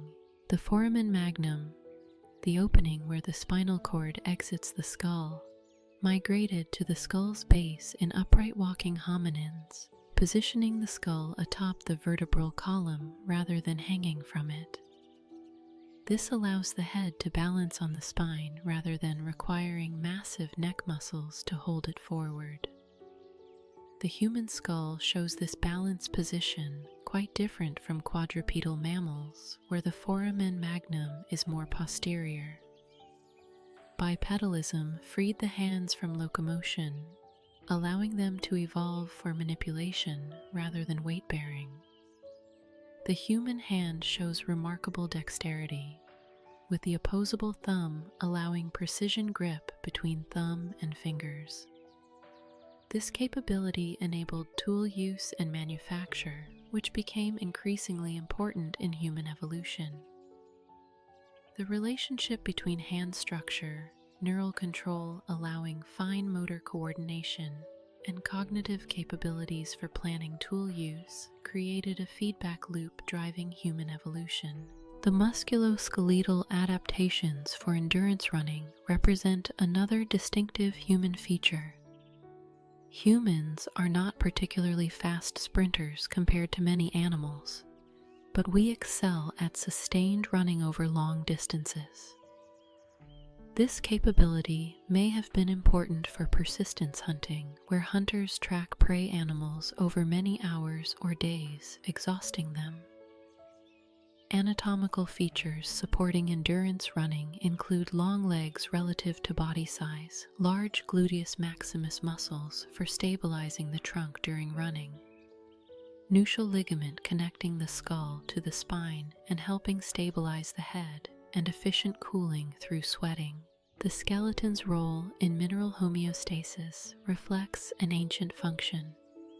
Early vertebrates lived in marine environments where calcium was abundant. As animals moved to freshwater and terrestrial environments with less available calcium, the skeleton evolved to serve as a calcium reservoir. The constant remodeling we see today partly reflects this metabolic function, mobilizing calcium when dietary intake is inadequate, storing it when intake is sufficient. The integration of skeletal and hematopoietic functions is also ancient. Bone marrow as the site of blood cell production appears early in vertebrate evolution. This coupling means that diseases affecting bone can affect blood cell production and vice versa. It also means that certain treatments targeting one system may affect the other. Chemotherapy can damage bone marrow, while treatments affecting bone remodeling might influence the marrow environment. The nervous system's control of movement has evolved alongside the musculoskeletal system. Simple reflexes, like the stretch reflex, appear early in evolution and are relatively stereotyped. More complex movement patterns involve central pattern generators that produce rhythmic movements like walking without requiring continuous conscious control. At the highest level, the cerebral cortex allows voluntary, skilled movements planned and executed with extraordinary precision. This hierarchical control system, reflexes, central pattern generators, and voluntary control allows flexible behavior. Reflexes provide rapid responses to perturbations without requiring processing delays. Central pattern generators allow automatic execution of common movements like walking, freeing cognitive resources for other tasks. Voluntary control allows novel movements, skill learning, and adaptation to new situations. The levels interact, with higher levels able to modulate lower levels when needed. Human movement capabilities reflect this sophisticated neural control combined with our unique musculoskeletal anatomy. We can perform extraordinary feats, gymnasts executing complex tumbling passes, musicians playing rapid, intricate passages, surgeons performing delicate operations. These abilities require years of practice that refines neural control, strengthens and coordinates muscles, and develops the proprioceptive sensitivity needed for precise movement. Cultural evolution has increasingly influenced how humans use their musculoskeletal system. For most of human history, high levels of physical activity were necessary for survival. Hunting, gathering, agriculture all demanded substantial physical work. Modern technology has dramatically reduced physical demands for many people. This mismatch between our evolved physiology and modern lifestyles contributes to numerous health problems. The musculoskeletal system evolved for high levels of varied physical activity, not for sedentary living. Bones need loading to maintain density. Muscles need use to maintain mass and strength. Joints need movement to maintain cartilage health. Without adequate physical activity, these tissues atrophy and degenerate. The epidemic of musculoskeletal disorders in modern societies, osteoporosis, sarcopenia, osteoarthritis, chronic back pain, partly reflects this mismatch. Understanding this evolutionary context suggests interventions. Maintaining high levels of physical activity throughout life, with varied activities that load the skeleton in multiple directions, that challenge muscular strength and endurance, that require coordination and balance, better matches our evolved needs. Modern exercise is in some sense a substitute for the activity that was unavoidable in ancestral environments. The cultural dimensions of movement extend beyond fitness to dance, sports, martial arts, and other movement practices. These cultural elaborations of basic movement capabilities create meaning beyond mere physical function. Dance communicates emotion and story through movement. Sports create community and teach lessons about effort and cooperation. Martial arts develop discipline and self-mastery. The musculoskeletal system enables these cultural practices, which in turn shape how people develop and use their physical capabilities. The aesthetic dimension of movement and physique represents another cultural elaboration. Different cultures and eras have valued different body types and movement qualities. Classical sculpture idealized particular proportions and muscular development. Ballet values specific lines and movement qualities. Bodybuilding emphasizes muscular size and definition. These aesthetic values influence how people train their bodies and what physical ideals they pursue.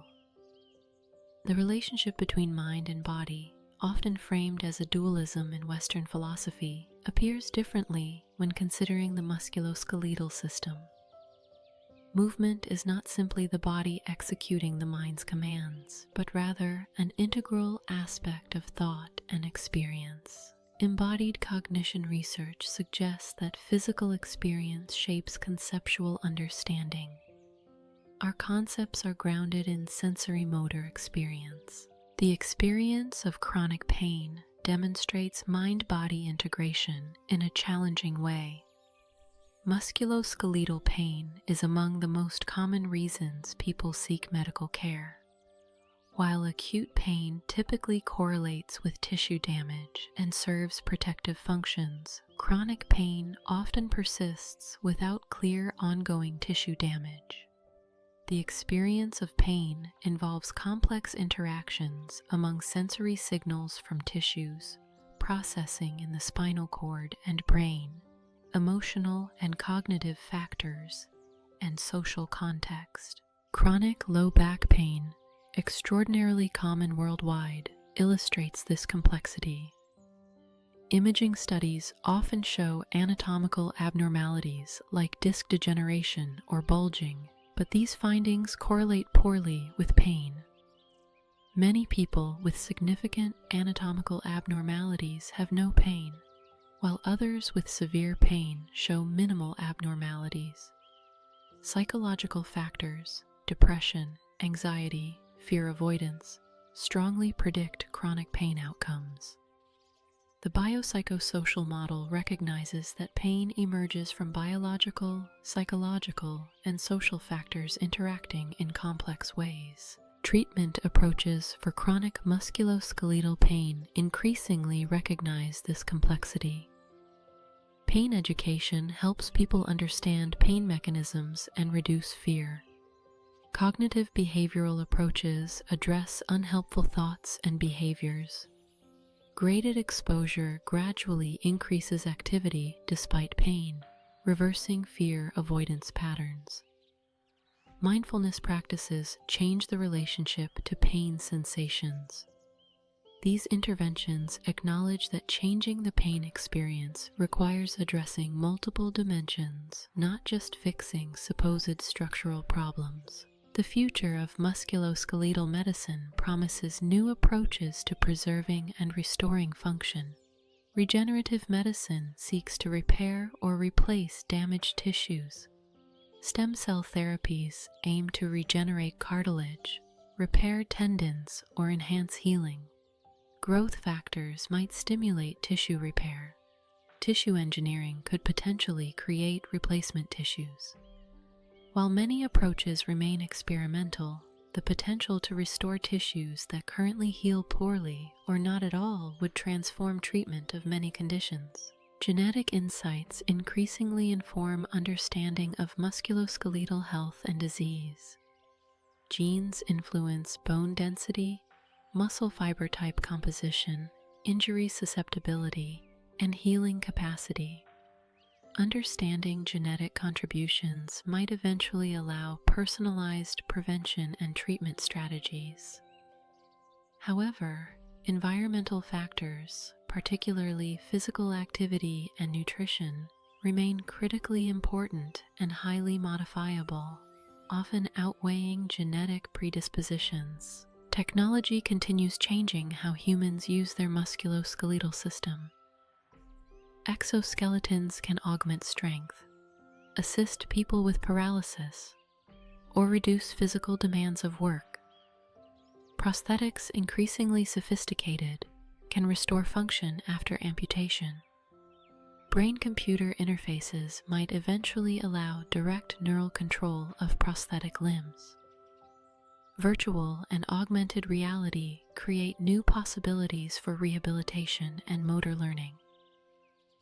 These technologies may fundamentally alter the relationship between human intention and physical action. At the same time, technology can create new problems. Prolonged sitting, repetitive motions, sustained awkward postures, all common in modern work and recreation, contribute to musculoskeletal disorders. Screen time replaces physical activity. Video games, while requiring fine motor control, do not provide the varied whole-body movement humans evolved for. Designing technology and environments that promote rather than hinder musculoskeletal health represents an important challenge. Climate change may influence musculoskeletal health through multiple pathways. Extreme heat can increase dehydration and heat illness, affecting muscle function and injury risk. Changing weather patterns may influence activity patterns. Rising temperatures might increase the range of arthropod-borne diseases that can affect joints. These potential impacts underscore how environmental factors influence health through complex pathways. The study of the musculoskeletal system itself continues evolving. Advanced imaging allows visualization of tissues and their function in unprecedented detail. Motion capture technology enables precise measurement of movement. Computational modeling can simulate musculoskeletal mechanics and predict outcomes of interventions. Large datasets and machine learning may reveal patterns not apparent to human observation. These tools enhance understanding, but also raise questions about how technology mediates our relationship with embodied experience. Throughout this exploration, we have seen the musculoskeletal system at multiple scales, From molecules like actin and myosin, to cells like osteoblasts and muscle fibers, to tissues like bone and cartilage, to organs like muscles and bones, to systems like the skeleton and muscular system, to the whole organism moving through space. Each level influences and is influenced by others. Understanding requires considering multiple scales and their interactions. The musculoskeletal system exemplifies biological organization principles. Hierarchical structure creates emergent properties. Sarcomeres cannot walk, but the integrated action of billions of sarcomeres across hundreds of muscles, coordinated by the nervous system, produces locomotion. Redundancy and degeneracy mean multiple pathways can achieve similar outcomes, providing robustness. Feedback and feed-forward control allow both reactive and anticipatory responses. These principles appear throughout biology, but are particularly evident in the musculoskeletal system. The resilience of the musculoskeletal system deserves emphasis. Most people's skeletons support them through decades of loading cycles. Muscles contract billions of times. Cartilage withstands countless loading cycles. This durability reflects both robust initial design and continuous repair and remodeling.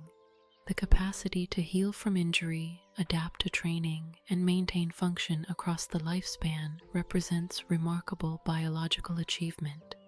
Yet the system is also vulnerable. The same activities that strengthen can also injure if loads exceed tissue tolerance. The adaptations that enhance performance in specific activities may increase vulnerability in others. The interconnectedness means that dysfunction in one component affects others. Foot problems alter gait mechanics, potentially causing knee or hip problems. Understanding the system's vulnerabilities helps prevent problems and guide treatment when they occur. As this comprehensive exploration draws to its close, we return to where we began, to the present moment, to your body, to the quiet, ongoing function of your musculoskeletal system. The bones supporting you, the muscles maintaining your posture, the connective tissues transferring forces, the neural signals monitoring and adjusting. All continue their coordinated work as they have throughout your life and will continue as long as you live. Perhaps you notice now, with deeper awareness, the sensations of your musculoskeletal system, the contact points where your body meets the supporting surface, transmitting forces through the skeletal framework, the subtle tensions in various muscles, some actively contracting to maintain position, others relaxed, the capacity for movement held in potential, ready to manifest when you choose. The proprioceptive sense of where your limbs are in space without needing to look. The musculoskeletal system you now inhabit is not the same one you had years ago. Through continuous remodeling, your bones have replaced themselves multiple times. Your muscle proteins have turned over repeatedly. Connective tissues have adapted to the loads you have placed on them. The system has changed gradually, adapting to your activities, responding to injuries, aging incrementally. Yet through all these changes, continuity persists. It remains recognizably your body, carrying forward the history of how you have moved through the world. This body is also not the body you will have in the future. It will continue changing, influenced by how you use it, what you eat, how you rest, whether you sustain injuries, how you age. The musculoskeletal system's plasticity means that choices you make influence its future state. Physical activity maintains and even improves function. Adequate nutrition supports tissue health. Appropriate rest allows recovery and adaptation. These factors remain largely within your control. The musculoskeletal system connects you physically to the world.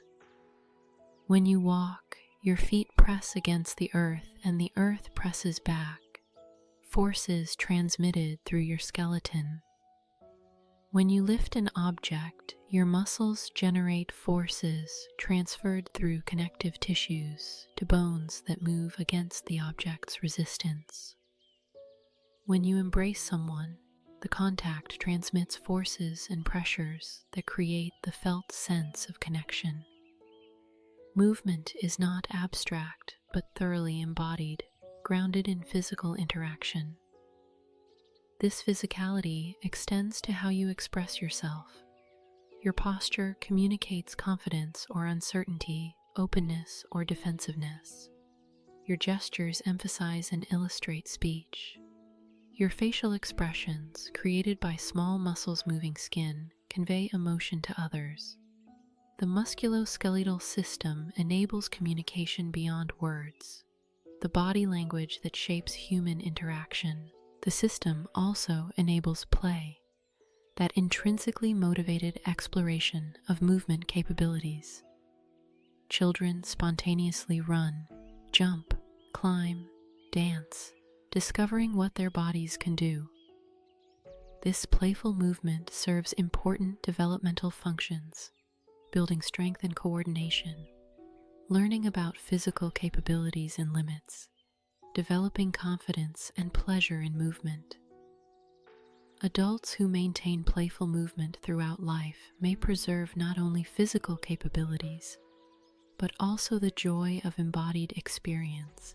The relationship between effort and accomplishment in physical pursuits teaches important lessons.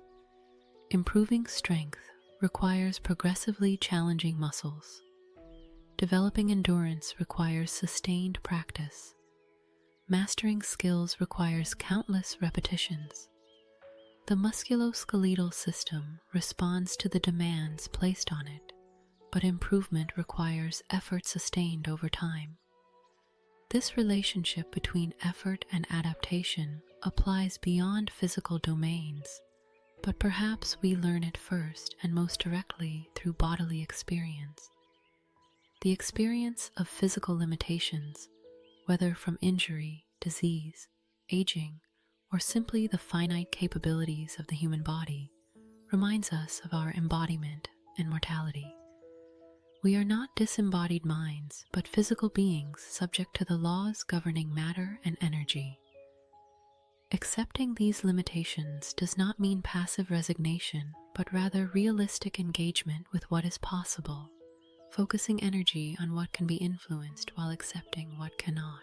The musculoskeletal system's essential role in human life has made it a focus of medical attention since ancient times. The Edwin Smith papyrus from ancient Egypt, dating to around 1600 BCE, describes treatments for fractures and dislocations.